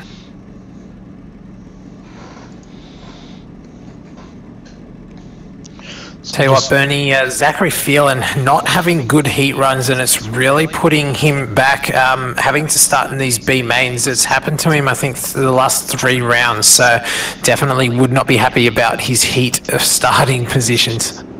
No. Here we go, folks. We are coming into Heat 3 here, so we will take you through the grid. We have Ryan Harris starting out of position 1. He's got Brett Jr. Morris in the number 69 on the outside of him. Moving back to the second row is James Robbie out of 3rd. Mitchell Gee, he'll start on the outside of him in the 36. Peter Honeybell, he will start out of 6th with Carl Hoffman 7th, and Brendan Hamilton, he'll bring up the 8th position of the grid. And Michael Mulcahy, he did not make the start. 7 cars will start heat number 3.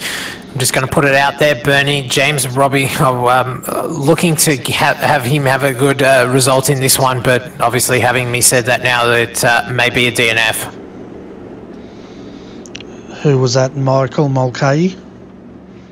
James Robbie out of the 3rd position. Oh, okay. Sorry, I was reading the chat. It looks like Tristan now has a playmate in the chat room. Sounds like fun happening off the track and on the track as we go green flag racing your leader into turn number 1 as we go 4 wide.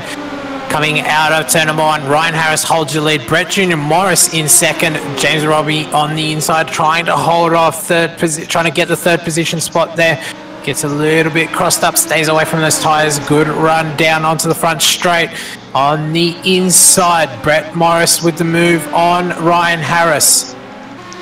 Yeah, and it's getting crazy down further as well, folks. We're just having a look at that battle of 93. That is Brendan Hamilton, Mitchell Gee. He is on the bubble, and they're spreading out a little bit now, but Peter Honeybell, 6th, 7th is Carl Hoffmans. But getting back up front is Ryan Harris under a lot of pressure. And who's that? That's Brett Junior Morris. Over he goes, and that's going to be the end of him for this heat.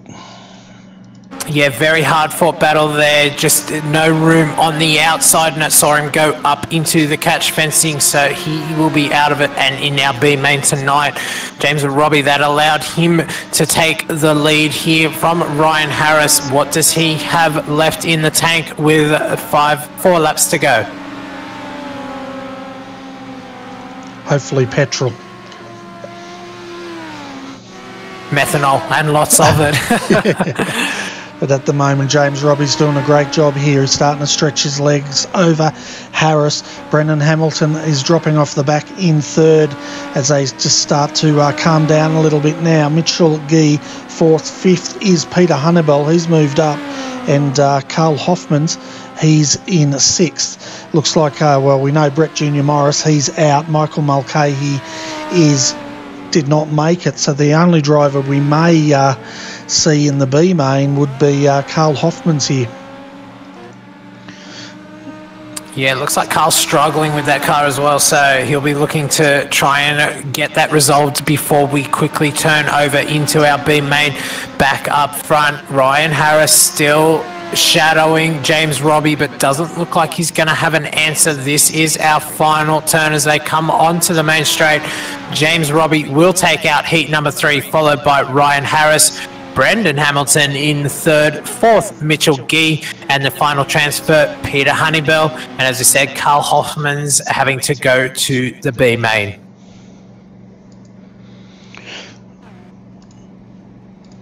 Some great racing there in the heats, Bernie. Yeah, awesome racing, wasn't there? And we're just waiting now for the drivers to join the B main here, and then we'll take you through the field. There's a few big names down here that are going to have to work hard. We've got Joel Berkeley, Zach Phelan, Matt Reed's in here, Brett Junior Morris, Jock Goodyear. The grid sounds like a final, doesn't it?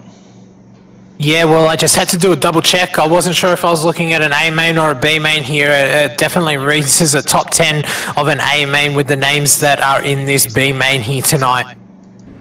Exactly right. So this is going to be an awesome B main. How many of these guys go through to the A main?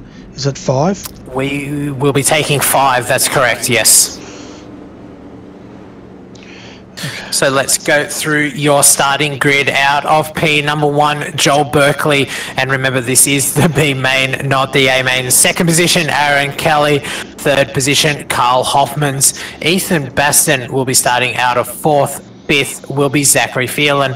Brett Junior Morris out of 6th. And 7th position, Jock Goodyear. Matt Reed out of 8th position, and Michael McCauley out of 9th. So I'm just confirming that Matt Reed is on the track, so he did get started. That's good to see. Yeah, and the 2 that did not make the grid is Ethan Bastian and Michael Mulcahy. That will put an end to their night, and we will see them no more in the race merch midgets.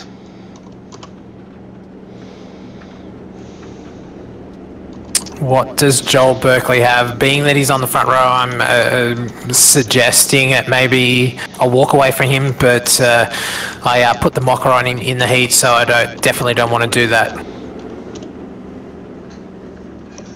No, you don't want to do a Berkeley. As the pace car pulls in, we are green. Very slow start there. The pace car hadn't quite gotten off before we went green. Joel Berkeley with a great start there in 2nd position. Carl Hoffmans and Jock Goodyear in the 77th, running in 3rd position. And here comes Zachary Phelan on the inside. The 11 goes around. 21, that is Matt Reid. He just got taken there by Zach Phelan as he got into the 11. But up front at the moment, Joel Berkeley is doing what he needs to do to stay up front. Carl Hoffman's sitting in second. He's coming under a lot of attack here by Jock Goodyear. Then we've got Zach Phelan, and Matt Reid brings out our top 5. Just having a look at Carl Hoffman's car from that heat to the feature, it does look like he has dialed that in more, so that's great work by the team in that short turnaround to get that car much more to his liking, and he is doing a great job in second position. Absolutely awesome job, because he looked like he was toast in that last heat, didn't he? He just could not get that car turned. It's almost like they've taken that old car, thrown it away and given him a brand new one, because he is driving like a different driver out there at the moment. Yeah, it definitely looks a lot happier with that car. As we see Zachary Phelan starting to try and make a move on Jock Goodyear here. Obviously, he is in the transfer, so not a lot to gain out of this, but he would like to try and pass Jock so he doesn't have to do it in the A main. You can see him there working that low line now. He's getting a lot of drive out of there as he lifts up that inside wheel, and he's just made that move on Jock Goodyear now, but Jock's coming back. The 49 is going to hold him out though. Yeah, smart move by Jock there. He saw that that inside was where the moisture was and where Zach made the pass. So he has now gone down there. Just doesn't look like he has the car to keep it down there. Great move by Zach as Jock now comes back on him on the inside. And just on the bubble there is Matty Reid, and as he almost slides up into the 77, and they just miss each other. It might have been the camera angle.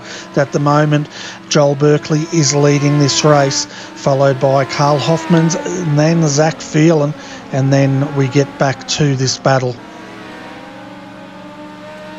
3 laps to go for your current race leader. Joel Berkeley out in front, still doing it very easily.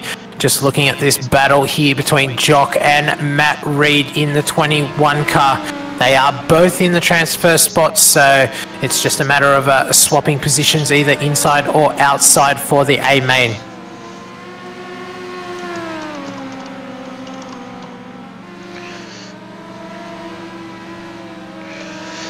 Sorry about that. I was just getting our link out there to Mitchell. He's going to come up and have a chat with us in the break. But at the moment, Joel Berkeley on the last lap. He's leading. Hoffman's in second.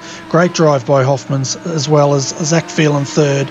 Looks like they're spaced out now because Goodyear and Matt Reid are going to settle for fourth and fifth. Aaron Kelly, he's in the pit. So all of the runners should go through. Yeah, it looks like Matt now has just rolled off the back there. He has conceded that fifth position, doesn't want to put his car in jeopardy, doesn't want to have to let the pit crew have to try and fix that in a very short turnaround. Joel Berkeley is your B main winner. Carl Hoffman second, Zachary Phelan third, fourth Jock Goodyear, Matt Reid fifth, and Aaron Kelly missing out there and doing a DNF. So we're just waiting for them now to line up for the A main. Straight after this, we're going to bring Mitchell in because apparently we've mispronounced his surname. So he wants to tell us how to pronounce it. Certainly seems like a theme. We seem to do that a lot. So I think we should just apologise to everyone. If we do get your names wrong, please let us know and we will start pronouncing them correctly. Well, you might. I'll just butcher them even more, you know me. Well, we'll do our best to try. I'll tell you what, all 20 cars are on the grid for this A main, folks. So let's go through the grid. Bob King will start out of first. He's got Daniel Vassell. Daniel's actually starting out of first. Bob King second. Brayton Davison will start out of fourth. James Robbie third. Matt Mccutchen sixth, and Harry Edwards fifth. You might want to carry on because I'm getting them all mixed up here. Fifth position, Harry Edwards. In sixth position, Ryan Harris. Gavin Sadler will be starting out of seventh position. Matt Mccutchen out of eighth. Ninth position will be Brendan Hamilton, and Terry Marwood will be starting out of 10th. 11th will be Scott Butler, and 12th will be Mitchell Gee. Michelle Callow will be out of 13th, Michael Wilson out of 14th, Peter Honeybell will be starting out of 15th, and your B-main transfers, first is Joel Berkeley out of 16th, 17th, Carl Hoffmans, Zachary Phelan out of 18th, 19th, Jock Goodyear, and Matt Reid will be starting out of 20th. And Ryan Harris looks like he did not make the grid, so he will not get a start here. But I tell you what, if Speedway ever had a reverse type grid in our iRacing, this would probably be it for our A-main tonight. Yeah, it's pretty close to a reverse grid, the names at the back and who's at the front, so definitely a very mixed field here. We are going to have to keep an eye on action all through the field. Yeah, 30 laps here, folks. Safety cars will be called. Here we go, the 97, Daniel Vassell. He's got caught napping a little bit. Oh, the 41, that's James Robbie into the side of him. But somehow they keep from turning over and they continue on. Looks like we have gone yellow. Bernie may have been that trigger of James Robbie and Danny Vassell there, but we'll just make sure. Yeah, everyone else looking like they're continuing on. So I think that was just Danny Vassell and James Robbie getting into each other that caused that yellow on the racetrack. Stewards jumped to conclusions there a little bit, I think. Michelle Callow might have been involved in something because she's pulled that car in. So we'll jump back and have a look and see if she's had an incident out there. Oh yeah, big one. Let's go back a bit further because that was a big hit. So looking at the restart here, keep an eye on the 46. So she's got into the 3. The 3's turned around. Joel Berkeley had nowhere to go, and poor Michelle ended up riding the fence. Yeah, I was just going to say that's interesting. I did see Joel Berkeley coming away slowly there. I thought he may have got away with something, but it looks like he has had a bit of a hit. So interesting to see how that car is going to handle now, see if there's any front-end damage on that car.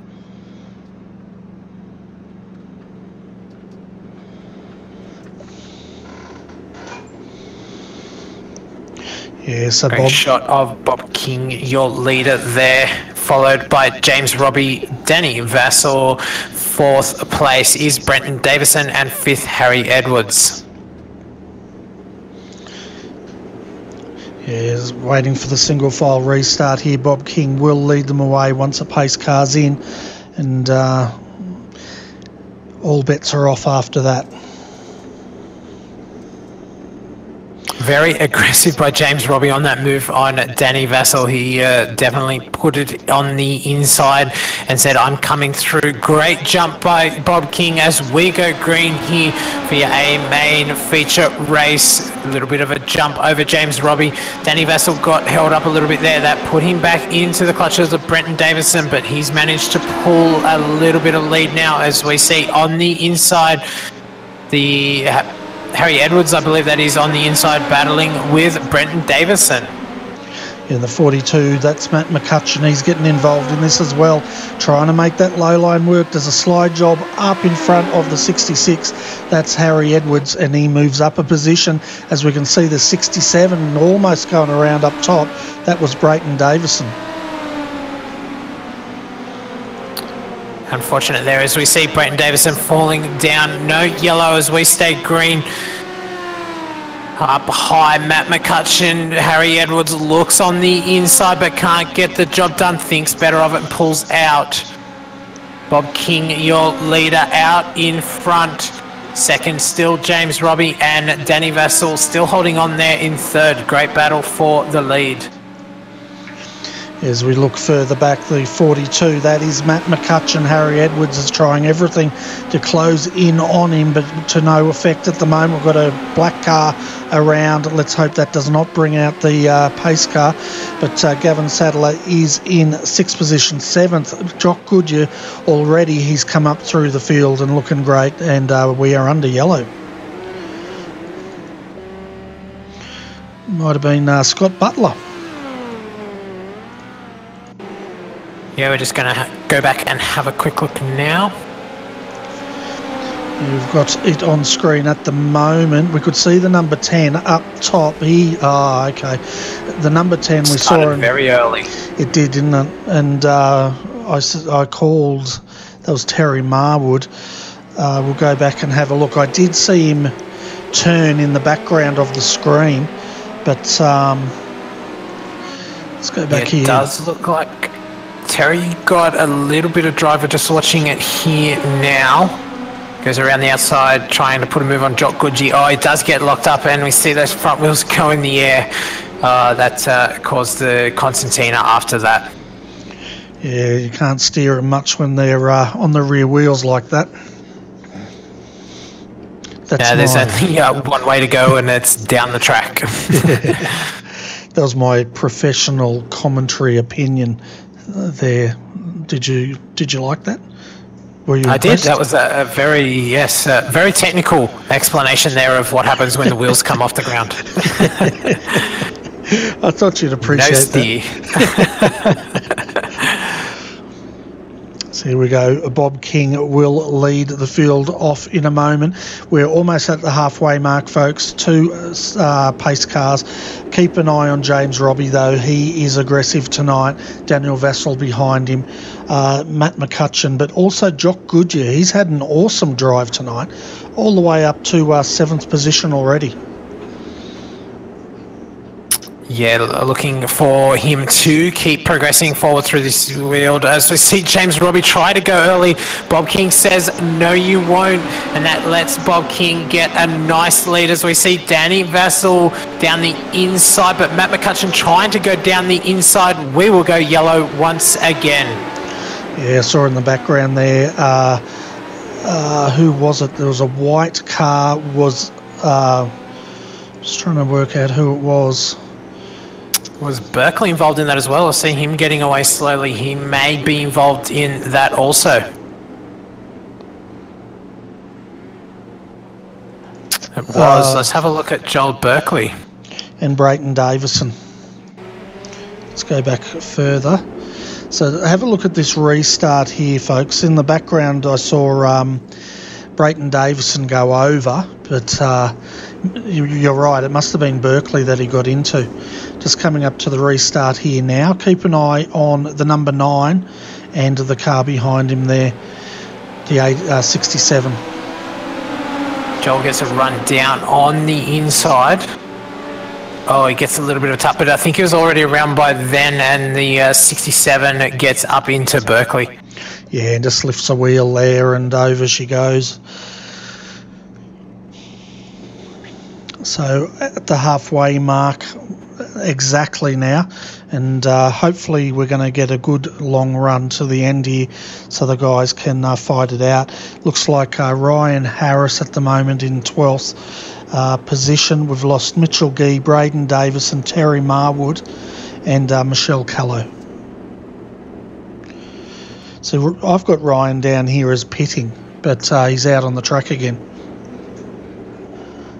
Oh, the officials won't like that if that has happened, so that'll be a post-race investigation. We'll keep an eye on that later in the evening.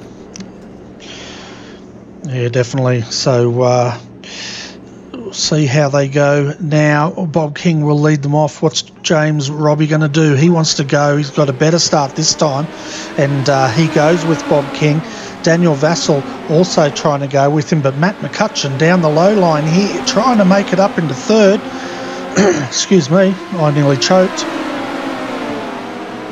Great run by Dan Vassell around the outside there, but Matt Mccutchen's got the measure of him on the inside. They pull side by side down the back straight into turn number 1. Sorry, Matt Mccutchen makes the move. He's going to get 2 for 1 here. Can he get James Robbie at the same time? He stays down low. Looks like he is going to be the new 2nd place man. No, he's not. James Robbie pulls side by side, but Matt Mccutchen stays down low. He will be in 2nd as we go yellow again. Yeah. Upside down on the front straight. It's Harry Edwards over there. We'll have a look at this. Keep an eye on the 66. It looked like once again he just washed out, but let's have the camera tell the story. Just see there, washing, going for the low line. Oh yeah, got in the side of Danny Vassell there, and Jock Goodyer sent him up into the wall there. Of course, Jock had absolutely nowhere to go. Yeah, a little bit unfortunate. It looked like Harry tried to pull out of that move, but it was just a little bit too late. And obviously in open wheels, as soon as you lock these wheels, the cars do end up upside down. Yeah, Jock Goodyer ended up upside down into turn 1, so he's out. We've also lost Harry Edwards. He's gone. As I was saying, question mark over Ryan Harris here. I've got him as pitting. He's now sitting in 15th position, according to my telemetry here. But Bob King once again will lead them out. This time he's got Matt Mccutchen behind him and James Robbie, and it looks like the 42's found that low line, has really come in. Now it's going to be interesting to see if any of the other guys try that. Yeah, he's definitely showing the way down there. He made that great move on Danny Vassell and James Robbie. So look for him to go back down there. But also, let's see if Bob was watching and knows that that low line is there now and maybe tries to shut the door on him. See there, Matt just coming up next to him, probably trying to stare him down, but I know Bob King won't fall for that. He'll just have his eyes focused and he'll just say, catch me if you can.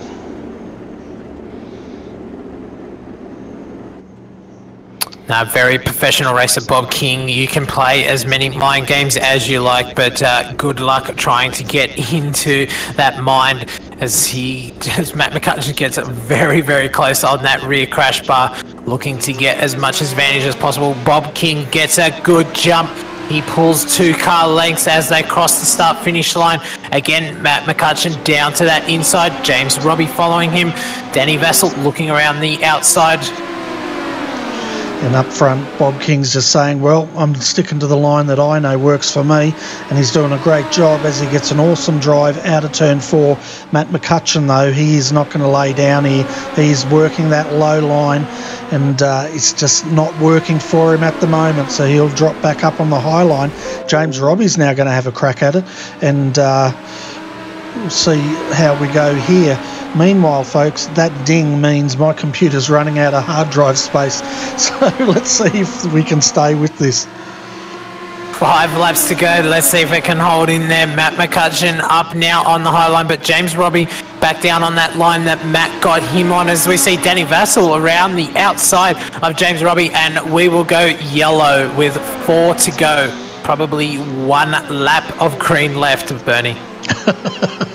I'm just laughing because my computer's, yeah, it's all happening here. Doesn't look like technology is your friend tonight, Bernie. No, not really. So we just have to have it hold on till the end of this race.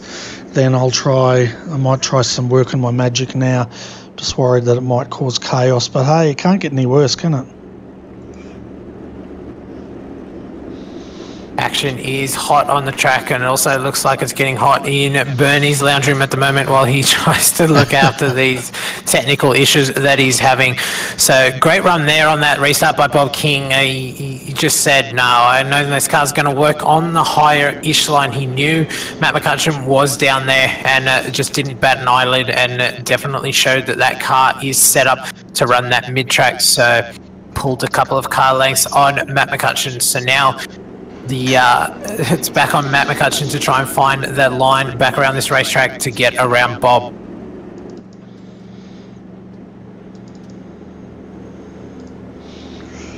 Danny Vassell having a great run, running the RRTV leverage here. Like we said, that is a replica of his real-life sprint car. Even though these cars don't have the wings, the body has been made to be a replica of his real-life sprint car. So if you are in Sydney and want to come down, definitely check out the sprint cars and duck down and say hello to Danny Vassell in the pits there. Yeah, definitely. Okay, Dr. PC is back, folks. Perfect timing as the pace car lights are out and we will be ready for a restart. Yeah, and once again, you can see Matt Mccutchen there sitting right on the bumper of Bob King. If you're wondering what it said on the front bumper, I can tell you a bit later, but here we go. 51, it gets a good start. Matt Mccutchen goes with him. Then Danny Vassell, not getting the best of starts tonight, starting to get swamped by James Robbie. This is the last lap. Can James Robbie make a move? Matt Mccutchen doesn't look like he has an answer for Bob King as they come out of turn number 1 for the checkered flag. Bob King will take out your A main here tonight for the Race Merch Midgets. Matt Mccutchen second. Danny Vassell holds on to that podium position. James Robbie in 4th. Gavin Sadler in 5th. And Joel Berkeley, we didn't mention him much tonight, but he has driven up to 6th position. Yeah, fantastic drive there by Joel Berkeley, that's for sure. And he'll be happy with the amount of points he would have rescued, because he was definitely on the back foot there tonight. Yeah, he definitely made it hard for himself, but once again, he has shown that he can drive through fields and get his way up to the pointy end. So, great finish there for Joel Berkeley in 6th position. We will run through your full grid just in a moment so you can see where your favourite driver finished. Yep, let's have a look at those now, and then we'll go to interviews.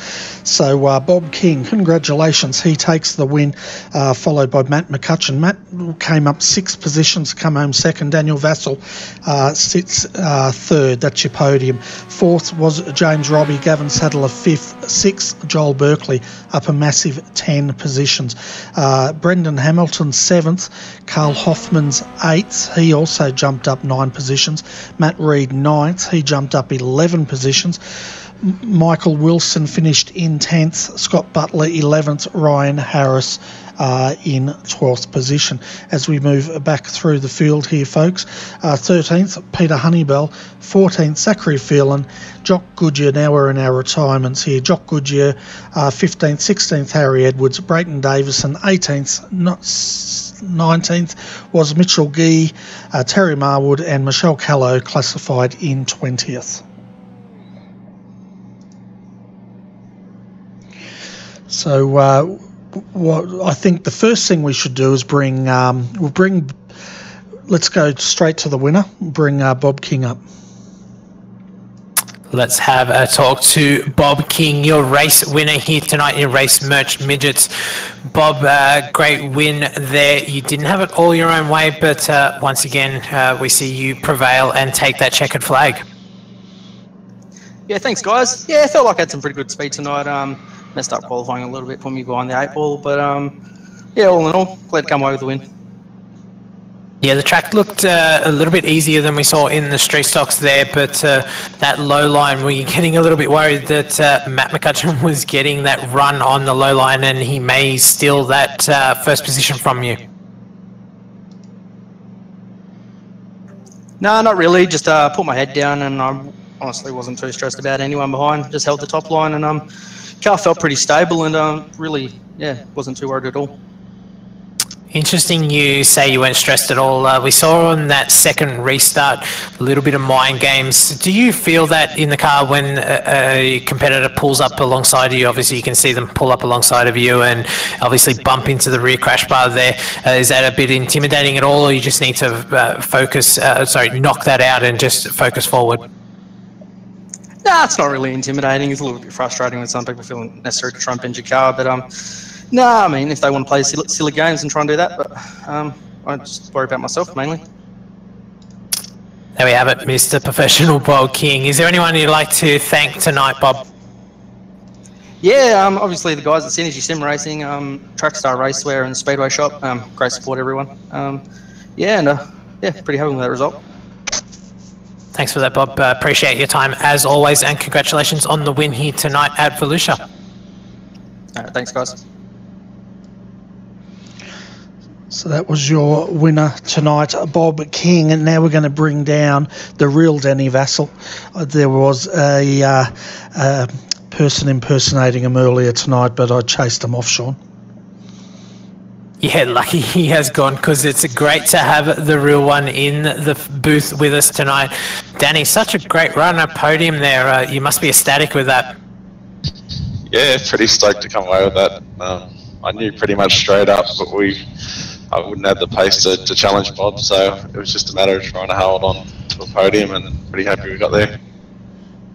So I am going to talk about the elephant in the room. Those restarts, they were a little bit of a letdown. Were you a little bit disappointed in those restarts? To be honest, I was just, I felt like I kept missing them and just trying to keep my eyes forward. So, yeah, it sucked that we hadn't done so many cautions, but, you know, something you come to expect with dirt racing on here at the moment, and hopefully it's something that gets rectified in the future. Yeah, it would be good to see more racing green flag laps than pacing laps, but it's definitely a conversation that we always keep having. That move from James Robbie off the start, very ambiguous. You tried to give him a bit of room, but you tangled there a little bit. How hard is it when a teammate's trying to make a move like that on you? Yeah, you know, I don't know about many people that run on here. I use the Rift myself, the VR, and you know, you're not looking out the side of your car, so you know, it's eyes forward, and he caught me off guard there, a little bit of a bump, but you know, we both kept going, so it's happy days. Yeah, definitely great that you managed to lock wheels, but keep going there. Obviously, some sponsors you would like to thank while you are up here. We'll give you the floor for those. Yeah, the guys at Gavin Saddler Racing give us a heap of support with getting this team off the ground and then setups and whatnot. RRTV, WP Concreting, and Andrews Craneye. Thanks for your time, Danny, and congratulations on the podium here tonight in the Race Merch Midgets. Thanks, mate. Fantastic, folks. That was Daniel Vassell, and congratulations to him coming home third. Our next interview, folks, speaking of elephants in the room, let's find out how to pronounce Mitch's surname. Here we go. Welcome to the commentary booth, Mitchell. I believe you have something to say to us. No, thanks, guys. Yeah, I noticed on your streams you've been pronouncing my name Wile. It's actually Wiley.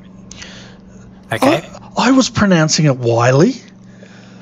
Was you? I think he was. Yeah, it was me that was doing Wile, I believe. Oh, all right. Well, that's all. It's all good. It's just sometimes I hear it Wile, or I heard White there at one stage, and yeah. But no, it's all good. Just wanted to clarify it with you guys first. It's all right, man. Since I got it right, you lecture him while I go to the pit stop, and then I'll come back, okay? Yeah, no worries, mate. I do apologise for that, Mitchell Wiley. It's obviously hard sometimes being in the commentary booth and having to get the names right on the fly most of the time when you're seeing the name for the first time and calling it. So thank you for pointing that out, and we will continue using the correct name from now on. Nah, cheers, fellas. I've also heard that people pronounce my last name Willie too. I don't know why, but yeah.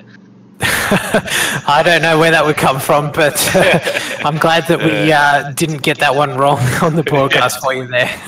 Nah, cheers, fellas. Mitchell, thanks for your time. And we will now... Sorry. Thanks for that, Mitchell. We will now obviously cut through to break. The next program on the event is the 410 Sprint Cars. The sun has gone down.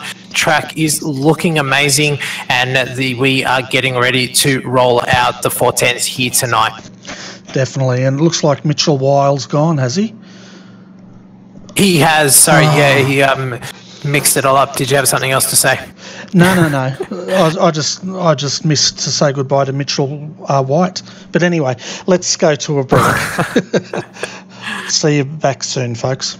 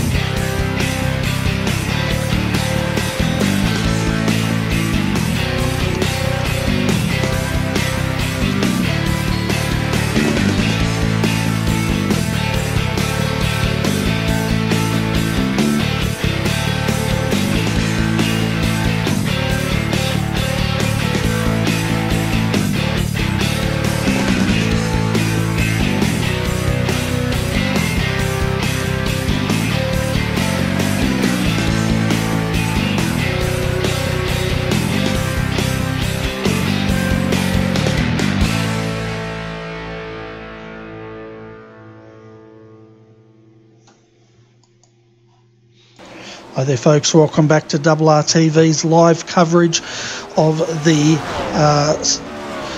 Australian Speedway League's Speedway Championships. The lights are out and it's night time. That can only mean one thing, and that's the WP Concreting World of Outlaws is finally here tonight, and the Sprint Car 410s, as you can see, are out there doing their hot laps.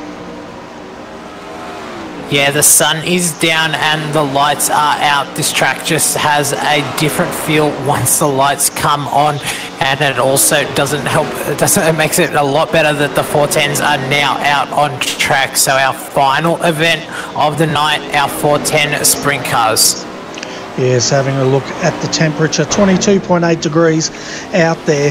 That hasn't changed at all, but what will have changed is the track temp. It's now a cool 22.8 degrees and down from 36. So how do you think that's going to affect these cars? The temperature being down, the cars love the temperature being down. However, this track does look like it has a little bit of usage on it. So it doesn't look like a lot of track work has been done from the midgets into the sprint cars. So we can see a nice black line forming coming into the corner, and that's just going to progress around the corner as they start running more and more laps here. So expect to see this as a... Yeah, definitely. And let's have a look at the sprint car point score coming into tonight. So at the moment, Joel Berkeley, he leads 1,344 points. Gavin Sadler, he is trying to close that gap, and I have a feeling that gap might be a little too hard to get back tonight and next week. James Robbie, he is chasing down Gavin, and he's sitting in third on 1,156 points. Bob King fourth, 1,124 points. John Schultz finds himself down in fifth on 998 points, with Jock Goodyear on sixth, 982 points. Aaron Kelly seventh, Marcus Knitska in eighth. Lachlan Smith finds himself in the top 10 in ninth on 822 points. And Zachary Phelan, as I said earlier tonight, he's also now in the top 10, sitting on 798 points. Something very interesting to notice, Bernie, in the win column for Bob King, he currently has 0. So no wins in the 410 at the moment for Bob King. So definitely looking to change that tonight. Yeah, definitely will. It'll be interesting to see if he can carry that momentum across into the racing tonight. He is the fastest in the hot laps. If we bring those up at the moment, folks, Bob King's time, 14.530. Zachary Phelan, second fastest. Third fastest, Jock Goodyear. Ryan Harris, fourth fastest. And fifth is Joel Berkeley.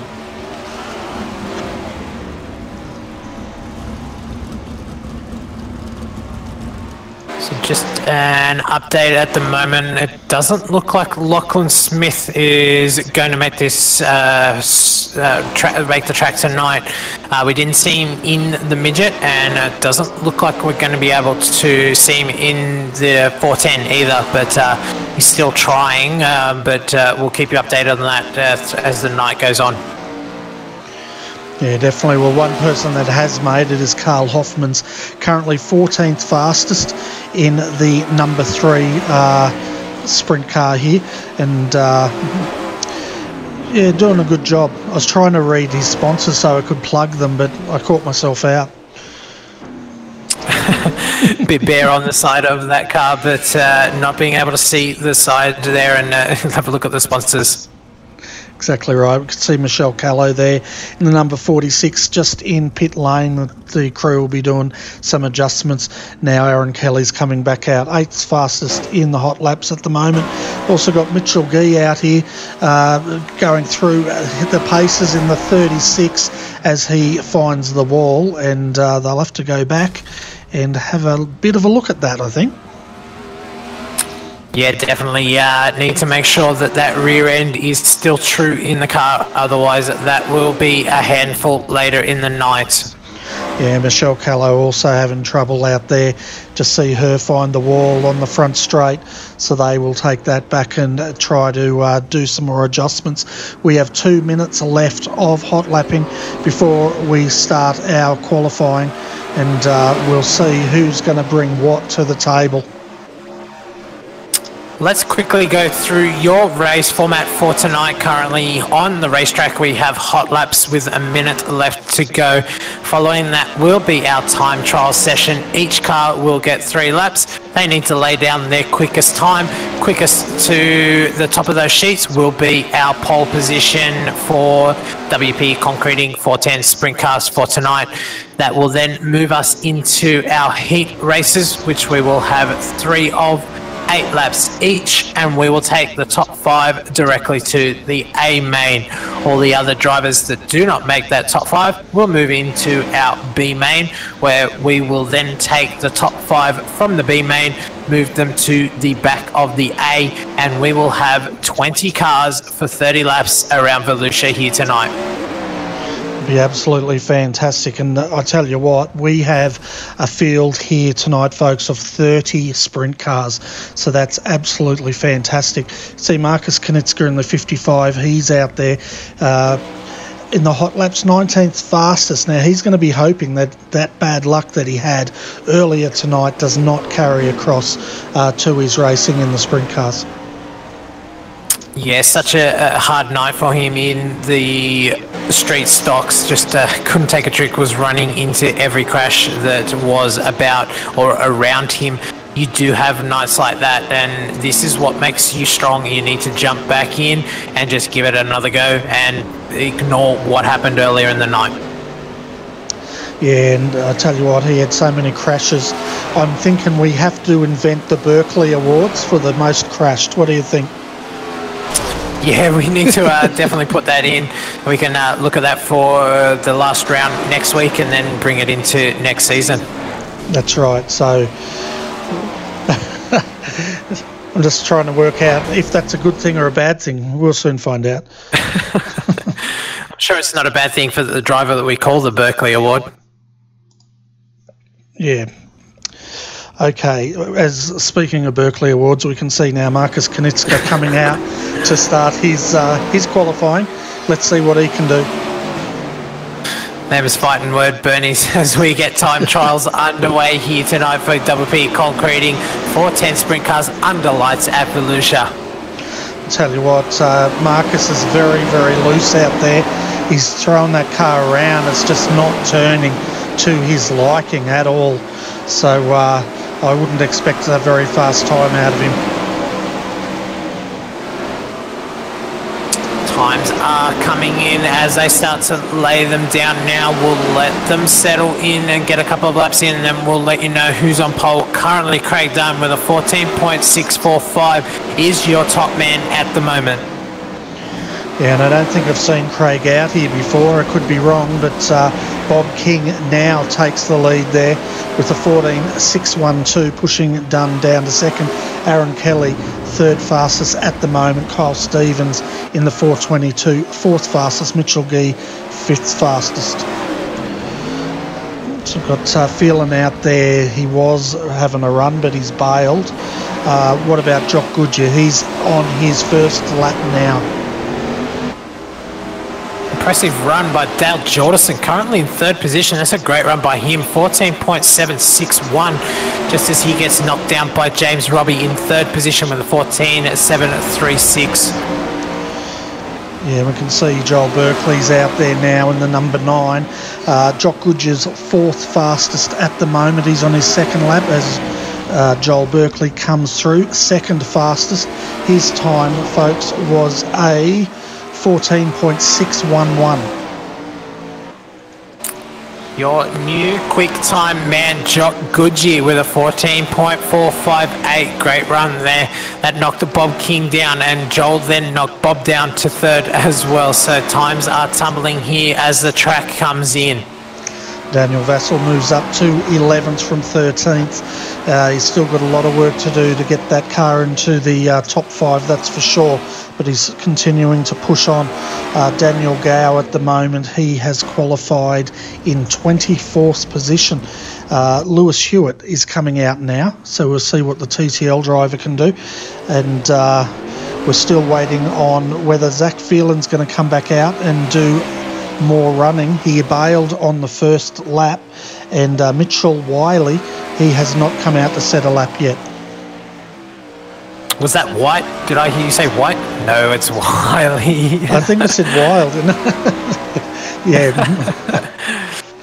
I tell you what, he's going to be back in here, and you're going to have to face him because he looked mighty angry when I left to go to the toilet. Yeah, he definitely telling me the right pronunciation of his name, so hopefully we can get that right for the rest of the night. Yeah. Lewis Hewitt to 4th position, 14.611. Absolute dead heat with Bob King, 14.611 also. So that's amazing times there by those two.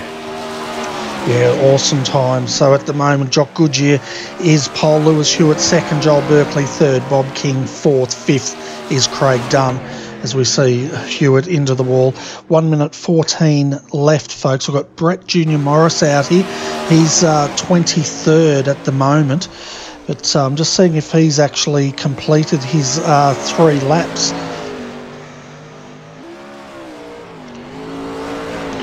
See what he can do anyway. He's almost got up into the wall there. But I tell you what, he won't want to be starting all the way down there in 23rd, that's for sure. As he comes across the line, what's he do? Yeah, I think he's done, you know. Yeah, that's as high as he's going to go. He will find himself in 23rd position and a very hard night ahead through the heats as we have 30 seconds left of time trials. We'll start to go through your grid here shortly. Yeah, we definitely will. I don't think I'm going to have time to go through the full field of qualifying though, folks, because it all resets right now and we're going straight to the A main grid.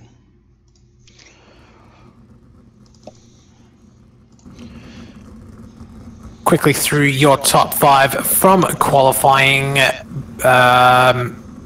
No, we won't do that. Let's just go straight to the grid. So for heat number 1, we have Jock Goodyear will be starting off the pole position. He isn't quite on the track yet, so we'll just wait for him to get there. There he goes now. Beside him, we see that ominous 51 of Bob King. Dale Jordison, great qualifying run by him. He is starting 3rd out of heat number 1. 4th position, Kyle Stevens. 5th will be Billy Ryan. Ryan Harris out of 6th position. 7th will be Anthony Bland. 8th will be John Schultz. Daniel Gow out of 9th. And Marcus Kanitska doing it the hard way off the back of the grid. Yeah, he's hoping he's going to get a good run here tonight because, you know, it's really hard though, isn't it? Like stepping out of what he went through in the street stocks, finding just about every crash he could. Not his fault, he just got involved in them, which again wasn't his fault. But to put that behind you and put your race face on and come back out, it's a bit of a tough thing. Yeah, definitely a tough ask, especially now that he is doing it from the back of this heat. That's just going to get inside his head a little more, and the last thing you want is anything not to be focusing on rather than and only just driving these 410 beasts of a machine. It looks like we've got a bit of a, you know, those grumpy old guys from the Muppets. I think we've got one of those in the chat channel called Bailey Hall. Oh, yes, I've heard that name. That sounds familiar. Yeah, he's anyway, let's go to the race. Let's go racing as Jock Goodyear misses the start there and Bob King goes around the outside. Oh, the inside wall, Jock Goodyear has hit that, manages to keep going. Great to keep that car going after hitting that inside wall. Your race leader at the moment is Bob King. Second is John Schultz in the 78 cars. We have Billy Ryan around on the front straight. No yellows. We are going to keep going. We'll try and call who has spun. Let's get back into it. Bob King is your leader. John Schultz in second place. Daniel Gow, great run from the back of the field. He's already into 3rd position. Very hotly contested behind him. Ryan Harris not letting Daniel Gow get away too much at the moment. And then 5th right on the bubble is Kanitska, but he's coming under a lot of battle from Jordison at the moment. Jordison on the recovery drive here. The drivers we did lose in that incident. Jock Goodyear, 77, has retired. So has Billy Ryan in the 33 and Anthony Bland in the 29. But at the moment, it is all Bob King up the front. He's just running away with this. John Schultz in second, coming under quite a bit of pressure now from Daniel Gow. Daniel Gow working the high line. It looks like John's committed to that low line there as we see Daniel Gow get the run. He tries to change down to the inside, slides back up across the top. John Schultz still down that low line as he gets a little bit sideways along the straight. This is going to allow Daniel Gow to run around the outside. We'll see them go side by side. Not quite great footage from inside the car here as we're seeing how hard Daniel's working, trying to get past John Schultz.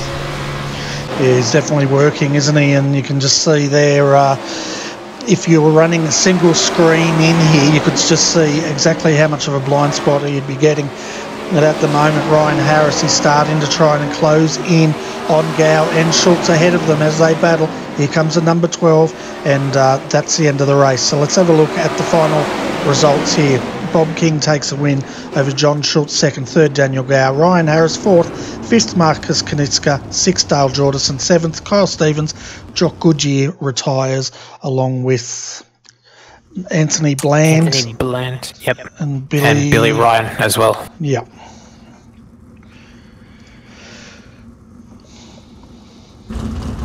Great racing there. So it's showing that the looks like we have two lines there because Daniel Gow definitely not able to get the big drive that we've seen normally around the outside here. So that inside line working just as well as the outside line.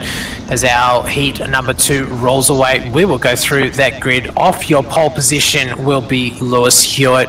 In second position will be Craig Dunn. Third will be Aaron Kelly. Fourth will be Mitchell Gee. Ethan Baston will be out of 5th position. 6th will be Brendan Hamilton. Matt Reed will be starting out of 7th. 8th position, Brett Junior Morris. 9th will be George Fullerton. And 10th, Zachary Phelan, after setting no times in time trial. Yeah, I wonder how he's feeling tonight. Definitely not feeling fine. No. See, normally when that happens, if Daniel Leite's up here, he knows I need more coffee. Oh, that's the trigger, the coffee trigger.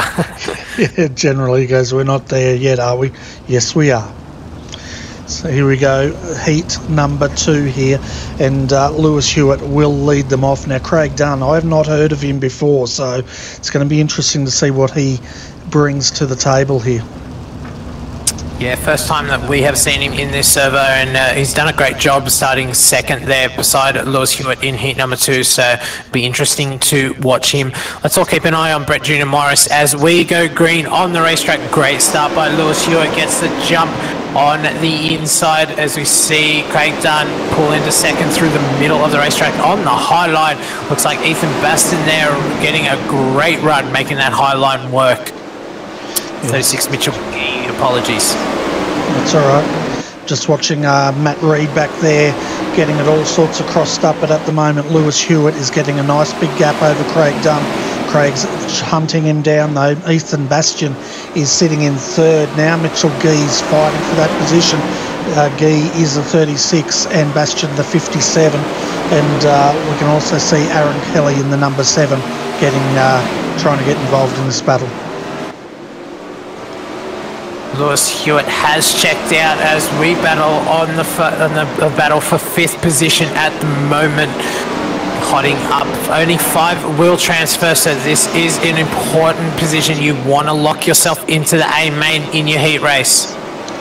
Yeah, and the person hunting down Ethan Bastion at the moment, Brett Junior Morris in 6th position, the number 4. You can see him climbing all over the back. Now he's going to have a crack at Ethan on the inside. Not quite close enough, but if Ethan runs up onto the 7, which he almost did, that is going to give Morris a good run. So tight down on the wall there, no room given at all. Everybody battling to try and get down low as we see wheels touch, and the number 4 gets loose. Brett Junior Morris. That was a very unclean move. We'll see what the officials say about that. Yeah, it was a bit of a barge move, but it worked. So we'll see what the officials have to say about it. But at the moment, Craig Dunn, he's running in second position. Lewis Hewitt's cleared out. Mitchell Gee is in third as we come through to the final lap. Great run by Lewis Hewitt, commanding win there, great lead. Craig Dunn in second, Mitchell Gee will finish in third, Aaron Kelly in fourth. Ethan Baston, be interesting to see if he holds that spot after that move on Brett Morris, as we see Brett going up over the top of Ethan there. Zachary Phelan was in sixth position, so just missing it. His night not getting any better at this point. Definitely not, and yeah, we could see that after the race. The two guys went and probably exchanged a couple of words on track, I'd say. Yeah, the officials don't like to see that either. I mean, it's not good to take matters into your own hands. It's best to let the officials deal with the situation, and obviously Brett just a little bit heated after that race there. Adrenaline was pumping. Yeah, I'd say so, but here we go, heat number 2, folks, and we'll take you through that grid. So starting out of position 1 will be Joel Berkeley. On the outside of him is James Golden Boy Robbie. Looking at the second row is Scott Butler and Daniel Vassell in the 97. Third row will be Gavin Sadler on the inside. Michelle Callow in the 46 will be starting next to him. Then we have Darren Brumfeld out of 9th and Carl Hoffman's 10th. Two drivers that did not make the race, Michael Mulcahy and Mitchell Wiley. Ladies and gentlemen, I do believe it is that time of the night for Bernie. This is heat number 3. Yeah, don't be confused with heat number 2, which we just had. It's all right. You said we're going to the A main, so... It's just one of those nights. Well, it's really hard because we've got this grumpy Muppet trolling us. We've got a troll. Trolls are fun. Only if they're Shrek. And they have a donkey with them. Here we go. Well, I'm not going to say it. We'll get into even more trouble. Great start by Joel Berkeley as he leads into turn 1 on the low line. Second position, Scott Butler. James Robbie looks to change down to the inside line. Pulls up alongside of Scott Butler. 71 of Gavin Sadler through the middle. He'll say thank you. And oh no, they get a little bit higher touch on the front straight, but everybody manages to keep going. I'll tell you what, that's incredible, that amount of touch, and not one of them went over, bouncing off the walls. You can see the 41 now in all sorts of trouble here. Here comes Daniel Vassell threading the needle up to third, and right behind him though is Carl Hoffmans. Wow, Carl Hoffman's around. 41. Yeah, that was James Robbie, Carl Hoffman's both around, and we'll see if they continue on. But at the moment, Joel Berkeley's doing a Lewis Hewitt here and just streaking away from the field. Gavin Sadler, great drive by him, second. Daniel Vassell, third, trying to get that high line working. He's not there yet as he finds the wall. Then Michelle Callow also having a great drive in fourth. Scott Butler, he's on the bubble, sitting there in fifth. Yeah, all the cars looking very squirmy at the moment, so it looks like everybody's just missed this racetrack. It doesn't look like they've made the transition into this slick track yet. Everybody's struggling with these cars at the moment. Michelle Keller, as we see, working the high line around the top. We're going to go 3 wide down the back straight, but Daniel Vassell still has that position. Michelle Keller is around in the background there. Yeah, and over it goes, so that'll be her race run. But at the moment, though, we've got Gavin Sadler leading this race over Daniel Vassell in second, third, Scott Butler second. Just trying to work out Joel Berkeley. Joel's out of the race. Yeah, that was a cushion ride that took him out there, so it will be Gavin Sadler, your race winner. And second position will be Danny Vassell, Scott Butler in third, fourth position Darren Brumfield, fifth will be James Robbie, Carl Hoffman in sixth, Joel Berkeley missing out there, and as we saw, Michelle Keller just getting into the wall also. Yeah, so James Robbie got the fifth bubble position in that race. Now we're coming up to the B main, or am I wrong? No, that is correct. We will be moving into our B main, which we will be taking the top 5 and putting them onto the back of the A main. Sorry, I'm just laughing at the chat. Tristan, you're a nutter.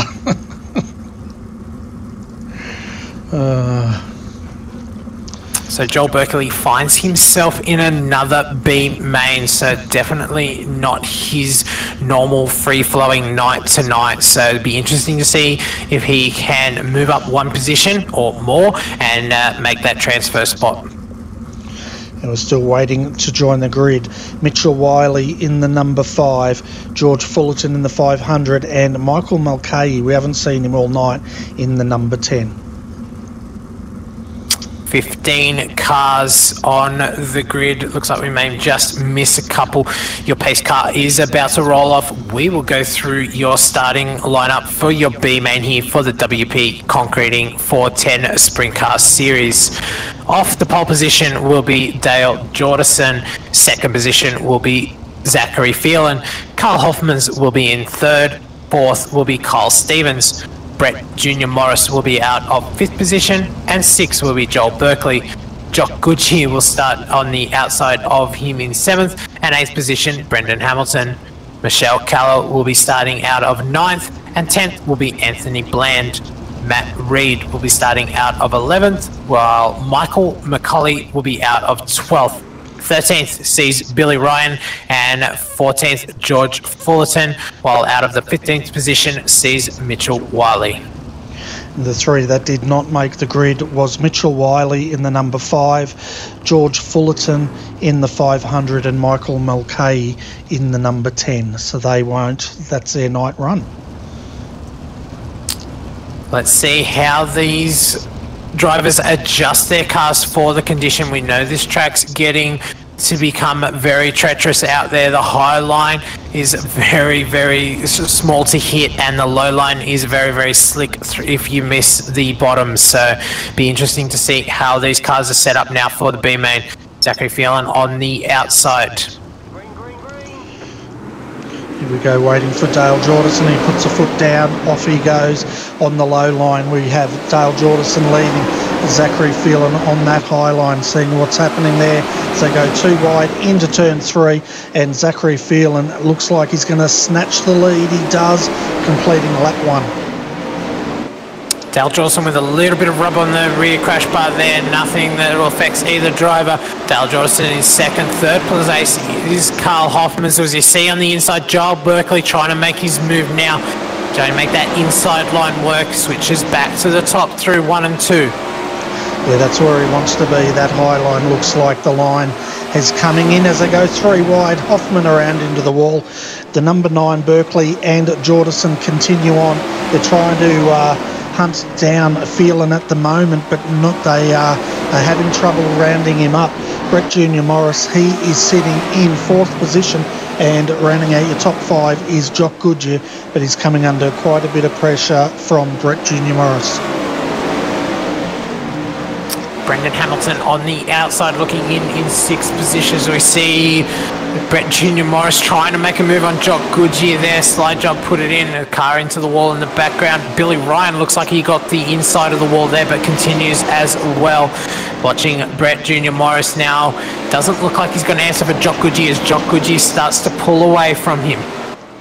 Getting back up the front here was Zachary Phelan slowing on the inside. That's cost him 1st position. Joel Berkeley takes that from him, and he slots back in. Dale Jordison, though, he is still trying to hunt him down, working the middle line here and closing up a big rate of knots. I'm not sure what's going on with Phelan, but he's starting to look a little bit weak out here. Yeah, it may just be looking at different lines that he's going to be trying in the A main, but if he had the race win there, I'm not sure why he gave that up. Maybe just a small mistake. Jock Goodyear on a good charge right now as he goes around Dale Jordison for 3rd position. Jordison finds the fence, continues on. Then Brett Junior Morris at the moment on the bubble. He's got Brendan Hamilton chasing him down. Billy Ryan also chasing him down in the 33. It's going to be a tight race here for the final position. 93, Brendan Hamilton working the inside of Billy Ryan. They slide up the track. No harm, no foul there. They are working on the back of Brett Junior Morris, getting very tight back here for the transfer position. As we're coming down to the last lap now, folks, we'll jump back to our leader, and that is Joel Berkeley. He is leading by a long way at the moment. He will come through to take the checkered flag. Jock Goodyear, good drive by him. Second, third will be Zachary Phelan, then Dale Jordison. Brett Junior Morris just holds on to that 5th position, and Brendan Hamilton 6th, Billy Ryan 7th, Matt Reed 8th, and Anthony Bland 9th. Great finish there for the B main. So 2 wins for Joel Berkeley tonight. Obviously not in the features that he wanted them. He's won the B main in the midgets and just won the B main in the sprint cars now, but that's definitely not the feature that you want to be winning. No, definitely not. And we can see the fireworks going off track at the moment, folks, and any minute they'll be starting on track as we come into the final 30 laps here around Volusia, and pace car will be called if there's an incident. Family friendly as always. Great fireworks show here for the family at the Speedway. As your pace truck rolls away, we will go through your grid. On pole position will be Bob King. Second position will be Lewis Hewitt. Third will be Gavin Sadler. John Schultz will be starting out of 4th position. 5th place will be Craig Dunn, followed by Darren Brumfield. Daniel Gow will be starting out of 7th, and out of position 8, Mitchell Gee. Scott Bartlett will be out of position 9, and position 10 will be Ryan Harris. Aaron Kelly will be starting out of 11th, and 12th position, Daniel Vassell. Marcus Kanitska will be out of 13th, and 14th position, Ethan Baston. James Robbie will be starting out of 15th, and your transferees from the B main in 16th position, Joel Berkeley, Jock Goodyear in 17th, 18th, Dale Jordison, 19th, Zachary Phelan in 18th, Dale Jordison in 19th, and 20th, Brett Junior Morris. Who's your pick here tonight, Bernie?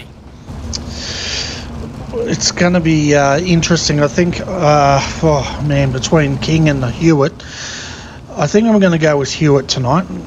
You know, he won pretty convincingly, so I'm going to put my money on him.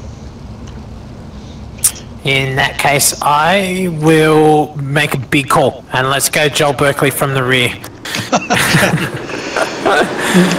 We are green on the racetrack. Great start by Bob King. He leads into turn number 1, followed behind him Gavin Sadler, but Lewis Hewitt gets the run back around the outside.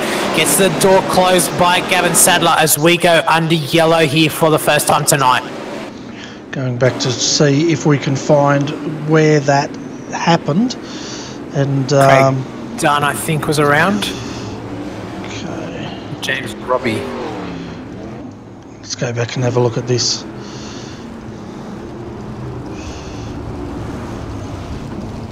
Okay, we're going to jump back and have a look at James Robbie here. As we can see on the restart, we'll keep an eye on the number 41 here, folks. Gets a good start, but then everybody tries to go underneath him. It looks like a little bit of netcode included in there as well, but just nowhere to go as everybody went down on the inside of James Robbie there. Yeah, and 28 Dunn found the wall, and you're dead right, a lot of that was netcode. Craig was flashing in and out as well, so hopefully they can continue on. It doesn't look like any of them have pulled into the pits with damage, but Bob King will lead them off. Gavin Sadler in the 71 starting out of 2nd, Lewis Hewitt 3rd. So I tell you what, the 71 looks hooked up tonight. He has looked racy all night, hasn't he? He's definitely been shoulders out racing, so he definitely means business here. And obviously with the championship coming down to the wire, it is currently against Joel Berkeley, so he is at the back. So this is looking really good for Gavin Sadler if he can stay there and even challenge for the lead of Bob King. Yeah, well, he's definitely determined tonight, that's for sure. We saw that in the street stocks when he converted his stock car to a Corvette. Well, it looked like one by the way it was beat up on the front there, but here we go, folks. Bob King will lead them off very shortly. 26 laps remaining here of the WP Concreting World of Outlaw sprint cars, waiting for the pace car to come in. It does. Bob King goes, 2 wheels up in the air, and away we go. Awesome start there by Bob King. Gavin Sadler second, Lewis Hewitt working on the back there in third as they come through. And who's that up in the wall? We've got a car around. I think that was the 36. Yes, it was Mitchell Gee. Yellow again on the racetrack. Let's hope this isn't a continuing factor for the night. Hopefully we can get some green flag laps in here and see some good racing. Having a look at the replay now. Keep an eye on the 36 and have a look at what happens here. He had the 22 on the inside of him, running high up into the wall. But then he come around. I'm just seeing who, yeah, he's come down in front of the field. Dale Jordison, unfortunate, went on to the inside wall there and received a lot of damage as well. So that has claimed Aaron Kelly and Mitchell Gee are both out of this one. A little bit unfortunate there. Getting that wall did look like the chassis bottomed out and there was no room. He just got that car just turned right down into the field. So unfortunately, just a passenger there. Nothing more he could do. Yeah, well, here we go. Dale Jordison still continuing out there by the looks of it, and he's missing the whole front wing, so we'll see what he can do. But once again, Bob King will lead them away. Keep an eye on Sadler. What can he do? Can he go with him? He got caught up a little bit that last restart. For the fans of Joel Berkeley, he's up to 10th position, so he's slowly digging himself out of that hole and trying to rescue some points here. Jock Goodgie making a good run as well. He's currently up 9 positions in 8th position, so let's see him make a charge as well. Lights are out on the pace car. We'll see them go green very shortly here. And we've just also lost John Schultz in the 78th and Marcus Knitzker in the 55 have both gone into pit road.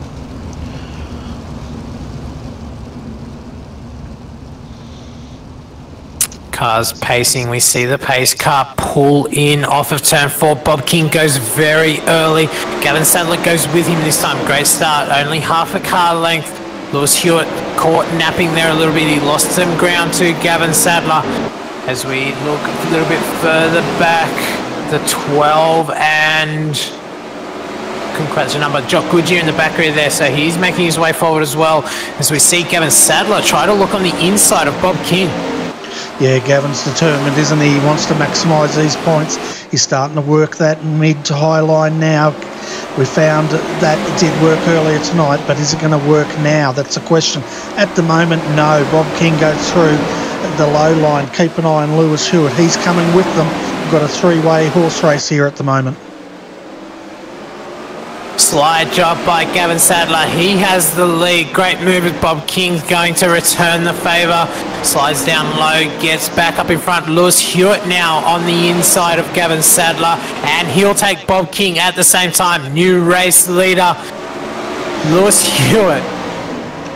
Bob King found himself going from first to third in one corner there as Lewis Hewitt has arrived on the scene, very dominant in his heat. Can he carry this forward? At the moment, it looks like he can. Gavin Sadler, and we're under yellow again. So 22 Daniel Gow around there in turn number 1. Okay, let's go and have a look at that one. So having a look at the replay now, he's just flashed out, and let's see. Yeah, he's flashing in and out. So I wonder. Oh no, there was a car's. Who's that in front of him? That was the 41 was involved in that. James Robbie. Looks like a corner before he got up into the wall, so that looks like that's just bent the car, and then he's got very sideways, and the car looks very unstable, and then Danny Vassell and Zachary Phelan just managed to get into him. Yeah, that incident had started before James got on the scene even. It was Daniel Vassell and that other driver who came together first, and everyone else just arrived on the scene, basically.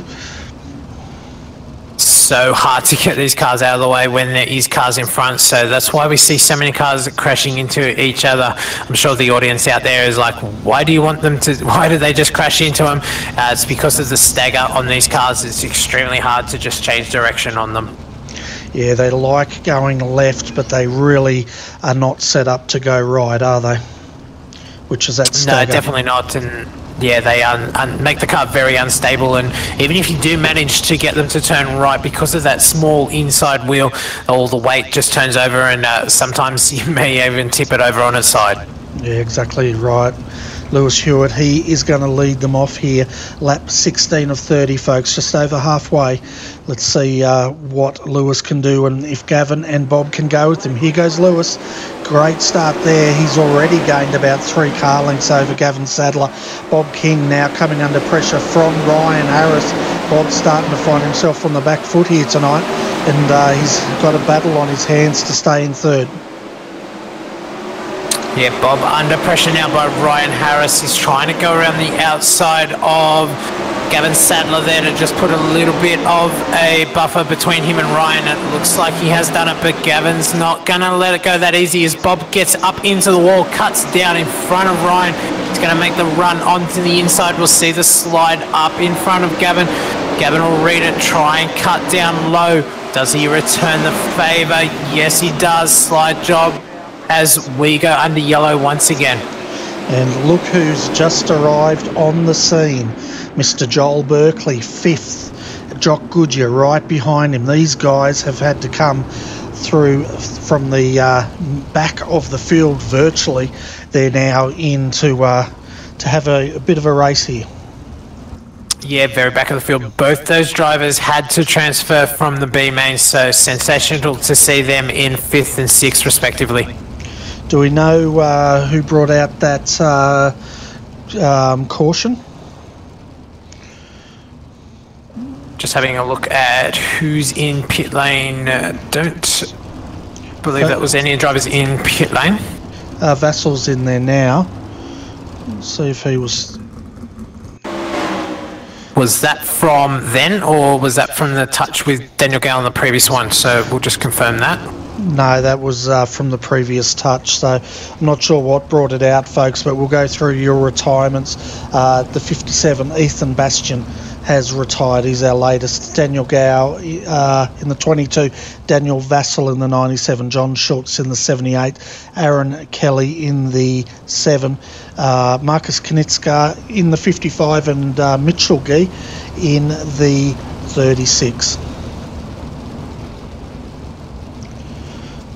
So we're down to 13 runners here at Volusia.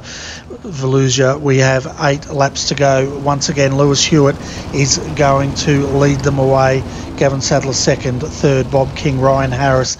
No doubt they'll be looking backwards a little bit to see where Joel Berkeley is. He's in 5th with Jock Goodyear and Zachary Phelan in 7th position.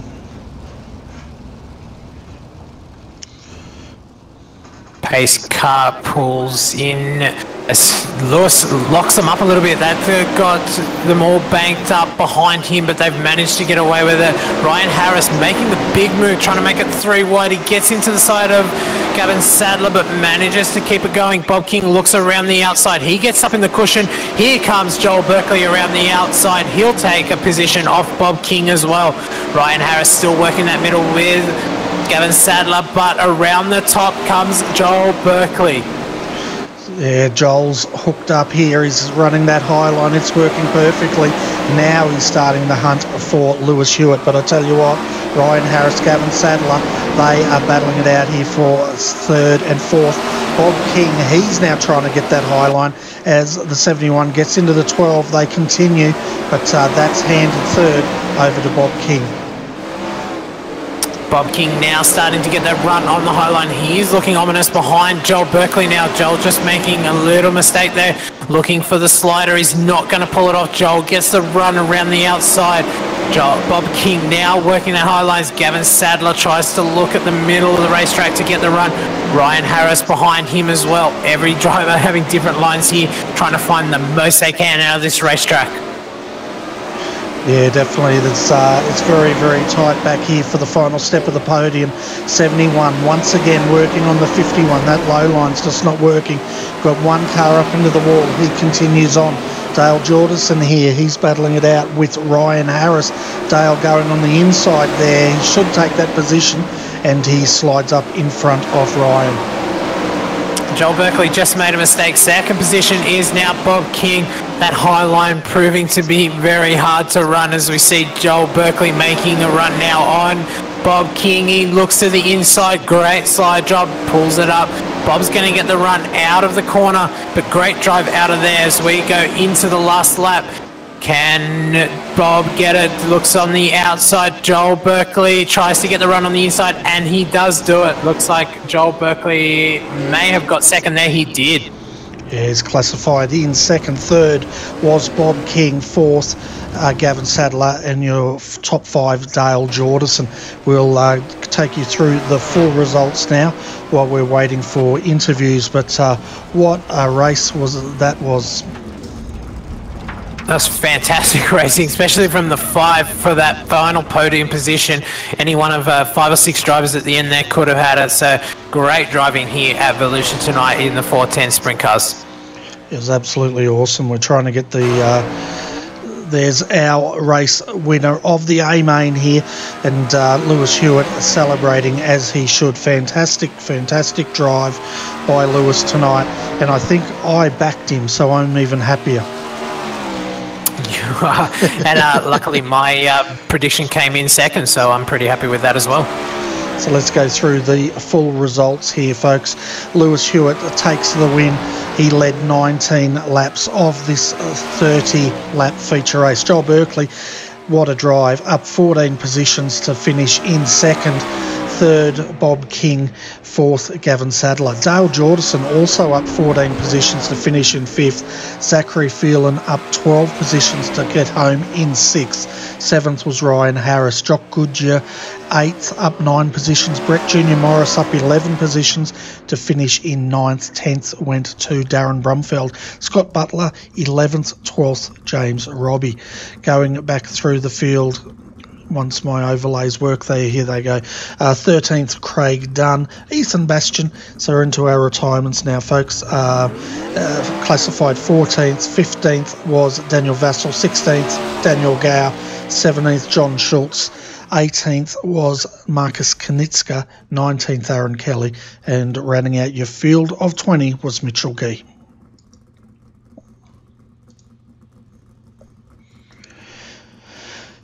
Just going to restart our overlays because, as always, they crash as soon as we go to results.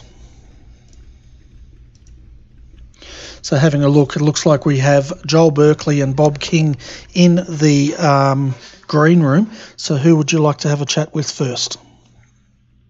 That's a drive from Joel. Definitely deserves to come up into the commentary booth first. There you go. Joel, thanks for joining us in the commentary booth. Not much more to say about that drive, but sensational, coming from 16th to 2nd. Yeah, that was really, really hard work trying to work from the back there. I'd got no one to bone about myself in that heat race. I quite easily stood on it and, yeah, made my night a lot difficult. And I'm just lucky that I, got where I got, considering what happened with 5 to go out turn 4, I think. Almost rolled it. Yeah, we saw that. That cushion, again, looking to be very treacherous up there, and you definitely quick around there, but definitely a fine line to hit each and every lap.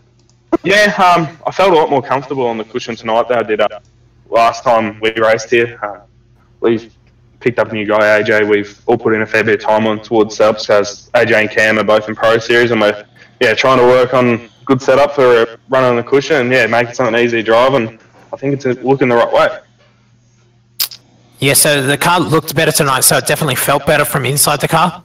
Yeah, definitely when it got slicker. Like, qualifying pace, it probably wasn't as good as it should have been, but once it got slicker, the car really come to its own, and felt pretty easy to run the cushion than it used to be. Instead of feeling all the bumps and all that, it actually felt pretty smooth. Yes, definitely not what the competitors wanted to hear. Joel Berkeley in an easy race car. Surely there's some sponsors you'd like to thank? Yeah, well, it wasn't that easy once I got to second. I was making way too many errors. I think I got a bit damaged when I got the wall out turn 4. But most thanks to the guys at TTO Esports, Oceania Speedway footage, Hyper Stimulator, Ultimate Dirt TV, Down in Graphics, Fire Design, everyone that helps out and puts in the time to make something decent. Thanks for your time tonight, Joel, and congratulations on that drive to second position. Thanks, Sean. Yeah, that was an absolutely blinding drive, wasn't it? It was awesome, that drive. That's all I can say about it. We've got Bob King up next, and then after that we'll bring up Lewis, our A-main winner. Thanks for joining us in the commentary booth tonight, Bob King. A little bit of a yo-yo result there. You were at the front, you sort of fell back, but managed to find it in the end and drive back up into third position. Yeah, it wasn't really the best race. I managed to get into the wall all by myself at the start of the race and bend the car a little bit, so it was just more or less if the track was going to let me do what I needed to do, and I managed to find a little bit of a wing position which helped me out, but other than that, I was just trying to hold on mainly. Yeah, that wing position obviously came later in the night as you sort of played around with a little bit under those yellow flags. Yeah, definitely. Obviously, I would know what to run with a straight car, so it just took me a little while fumbling around to find the fastest wing position. Obviously, still didn't give me a car where I could really do too much with, but I'm still happy to come away with the podium in the end. Yeah, great battle at the end there between Joel and yourself, and if you did have a Ben car, that was even more impressive performance. So congratulations on that drive for the podium. Is there anybody you'd like to thank tonight? Yeah, obviously the team over at Synergy Sim Racing, Trackstar Racer and the Speedway Shop, as always. Thanks for their support. Thanks for your time tonight, Bob, and congratulations on the podium. Thanks, guys. So that was Bob King, folks. Third, now the man of the hour will be Lewis Hewitt. Let's bring him up. Lewis, thanks for joining us tonight. Great drive there. I almost call it domination. You drove away from the field, and each restart you were able to get that same lead and just drive away from the field. How easy was it from the cockpit? Oh, sorry, Mike was going a bit funny, but yeah, that definitely wasn't easy. I had to work to get past Gavin and Bob there after I think the first maybe 15 laps I got by, but yeah, it was a really tough race, but it was a lot of fun. The heat race was very impressive as well. You managed to pull 5 or 6 car lengths. Obviously, been working on the set for these these sprint cars and managing to get that cushion and the car working with that cushion. Yeah, that's it. I think the heat races I ran the bottom there. I found in qualifying. I actually accidentally did my time. I'd almost given up on it, and then somehow the bottom came in. So I knew for the heat race that I could run that and stay comfortable out front. And come feature time though, that cushion was huge, and you had to run it to be fast. Yeah, it's what we generally see towards the end of the night. That cushion build-up definitely provides some grip and some drive around the outside. Many changes to the car tonight during that feature race? During the feature race, I left it pretty much the same. I think I played with the wing a little bit. I did change the setup from the heat race to the feature though. We've got one that is just a bit more comfortable running the cushion there when it gets really rough. So I threw that on and was able to come away with the win. Yeah, it definitely sounds like a theme tonight. You have to be comfortable in the cars, otherwise these 410s are very, very tricky to drive. Is there anybody that you would like to thank tonight, Lewis? Yeah, just want to thank the team, TTL Esports. I know the guys have put a lot of work in to getting the cars dialed on the cushion recently. Joel and myself and AJ and Dance, we've all done a lot of testing and we've come up with something that feels pretty good for everyone. So thanks to them, and also thanks to our supporters, being Ash Media, Ultimate Dirt TV, Tie Designs, Diamond Graphics, and Hyper Stimulators. So yeah, thanks to them, and thanks to you guys for broadcasting, and Gavin for hosting the events. Thanks for that, Lewis, and thanks for your time tonight. Congratulations on the win, and hopefully we see you back here again next week for the final round. Thank you very much. There we have it, Bernie, your podium presenters in the commentary booth. It's always good to get an insight into what's happening inside that cockpit, because sometimes from here you don't always understand what the mental aspect is of this game. Yeah, exactly right. And if you think they're working hard on the outside, you can guarantee they're working 10 times harder, not only physically but mentally in those cars. And they make it look easy, but it's not by any means. But yeah, fantastic A-main race tonight. That was probably one of the best ones I've seen in the sprint cars. We had Joel Berkeley. What a drive. Yeah, great ride from great drive from Joel. Also, not to take it away from Dale Jordison either, he also moved up 14 positions to get to 5th place. So definitely a lot of big movers out there tonight. So congratulations to all those guys that made the big moves. Yeah, there's some really big moves. There's 4 drivers there tonight. We went through it earlier, but some really, really big moves. And the driving was hard, but yeah, we had quite a few cautions, but it could have been a lot worse. Yeah, with like everybody's saying, that cushion was massive tonight. So every time we have a cushion like that, we expect to see a few more cautions, because one, it is the quickest way around. However, it is the toughest way around, and the easiest way to make mistakes is to miss that cushion. And that's what we saw a little bit here tonight. A lot of people going up into that outside wall after just missing that cushion. Yeah, that's right. It's that fine line, isn't it? And it was great driving all around. Now, looking at the future here, looking at the rest of the week here, folks, Friday night, don't miss the 3rd episode of the Grid Talk. We're going to have Wayne Pengilly and Nick Hausler presenting that. I'm all tongue-tied at 7:15 p.m. After the pre-race show, we'll have Daniel Leet and myself calling all the action for the 650 endurance race. So it's going to be on Friday night. It's going to be fantastic. We're going to have hopefully a very good turnout of V8 supercar drivers. So if you like your V8s on a Friday night, tune in for that. The next broadcast after that will be Monday night, 9:15 p.m.